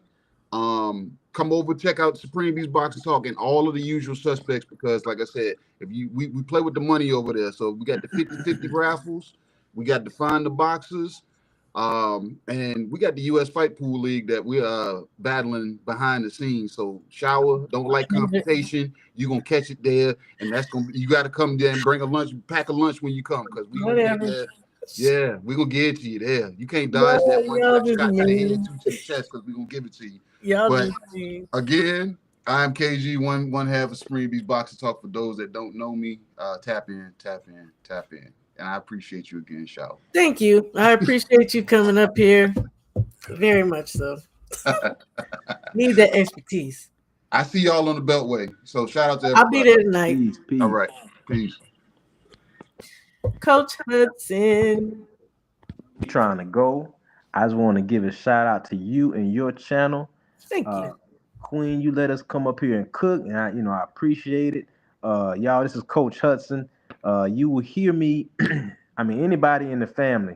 If I have time, I'll come on your channel. But you usually hear me going off on 78 Sports TV or Chef Side. That's where you'll probably hear me really going off. But I love to talk boxing, man. Appreciate brother KG, brother Ant. Man, shout out to you. It's crazy how the universe worked, because I was looking up everything you were saying today, so the answer came to me. And family, y'all just stay safe out there. And until next time, peace. Peace, Coach. And I appreciate you. Thank you for gracing my panel. Please put your channel in the chat before you take off. I would appreciate Most, it. most definitely. Thank you. All right. All right, y'all. So this went more places than I thought it would today. And to be honest, I am absolutely okay with that. I do want to say my good young brother 503 Lion was trying to get up on the panel. I'm gonna assume he was on his telephone and could not get up here. So there's something that he said earlier in Junior the Truth chat. He said that he thought I'd be good at writing boxing. If you guys didn't know, Junior actually has a publication. He has a channel, a whole space for us to be on outside of YouTube, so we really don't have to deal with all the crap that goes on here, because he does have the Punch Junkie Network. And it's for us. It is for us. It is by one of us. We don't utilize a lot of the things that are offered to us and that are available to us, where we wouldn't have to deal with racist chats and all that. We could do this, you guys, separate and apart from YouTube. But in the meantime, we could just also go over there and support that brother at the punchjunkie.network. He also, again, has a publication, the Punch Junkie magazine that he does. Is digital right now because people were not, really subscribing and following, and where he could get it to be. Apparently, he's had it on paper. He's had a physical magazine, but it's just all about supporting each other. We spend our money in all kinds of places all the time. Why not spend it with each other? Why not love up on each other, y'all? I thank you. Shout out to 503. I would like to write, and I appreciate your sentiment and the compliment that you gave me. I did see it. I was just trying to do, I was doing the girl thing. Thank you to every single person who came in the chat and participated today. If you didn't participate, if you just sat up and listened, I hope something got to you. I hope it touched you. I hope that that we can all just grow from here and grow as a community, boxing or otherwise, right? And thank you to the individuals that came up on the panel. I appreciate you, brothers, really, seriously, more than you can understand, because you helped me grow. And in talking, I be expanding. I expand. I think we all do, especially when there's no funk, there's no stupidity. We're not here to judge people. We're just having a conversation, and it's much needed in this space without all the extra rigmarole that be happening with the hating and the blah blah blah. Anyway, the weigh-ins on. Y'all, this is gonna be a good fight this weekend. And there's gonna be some pro box card on. I think there's another card on. I meant to get to that, we didn't. It's a war. It's a war, and I got Stanionis. I got Stanionis by either split decision or majority decision. I'm going to solidify that tonight by the time we get on Supreme Beast. If y'all didn't subscribe to that channel, subscribe to that channel. Like this video. Subscribe to this channel.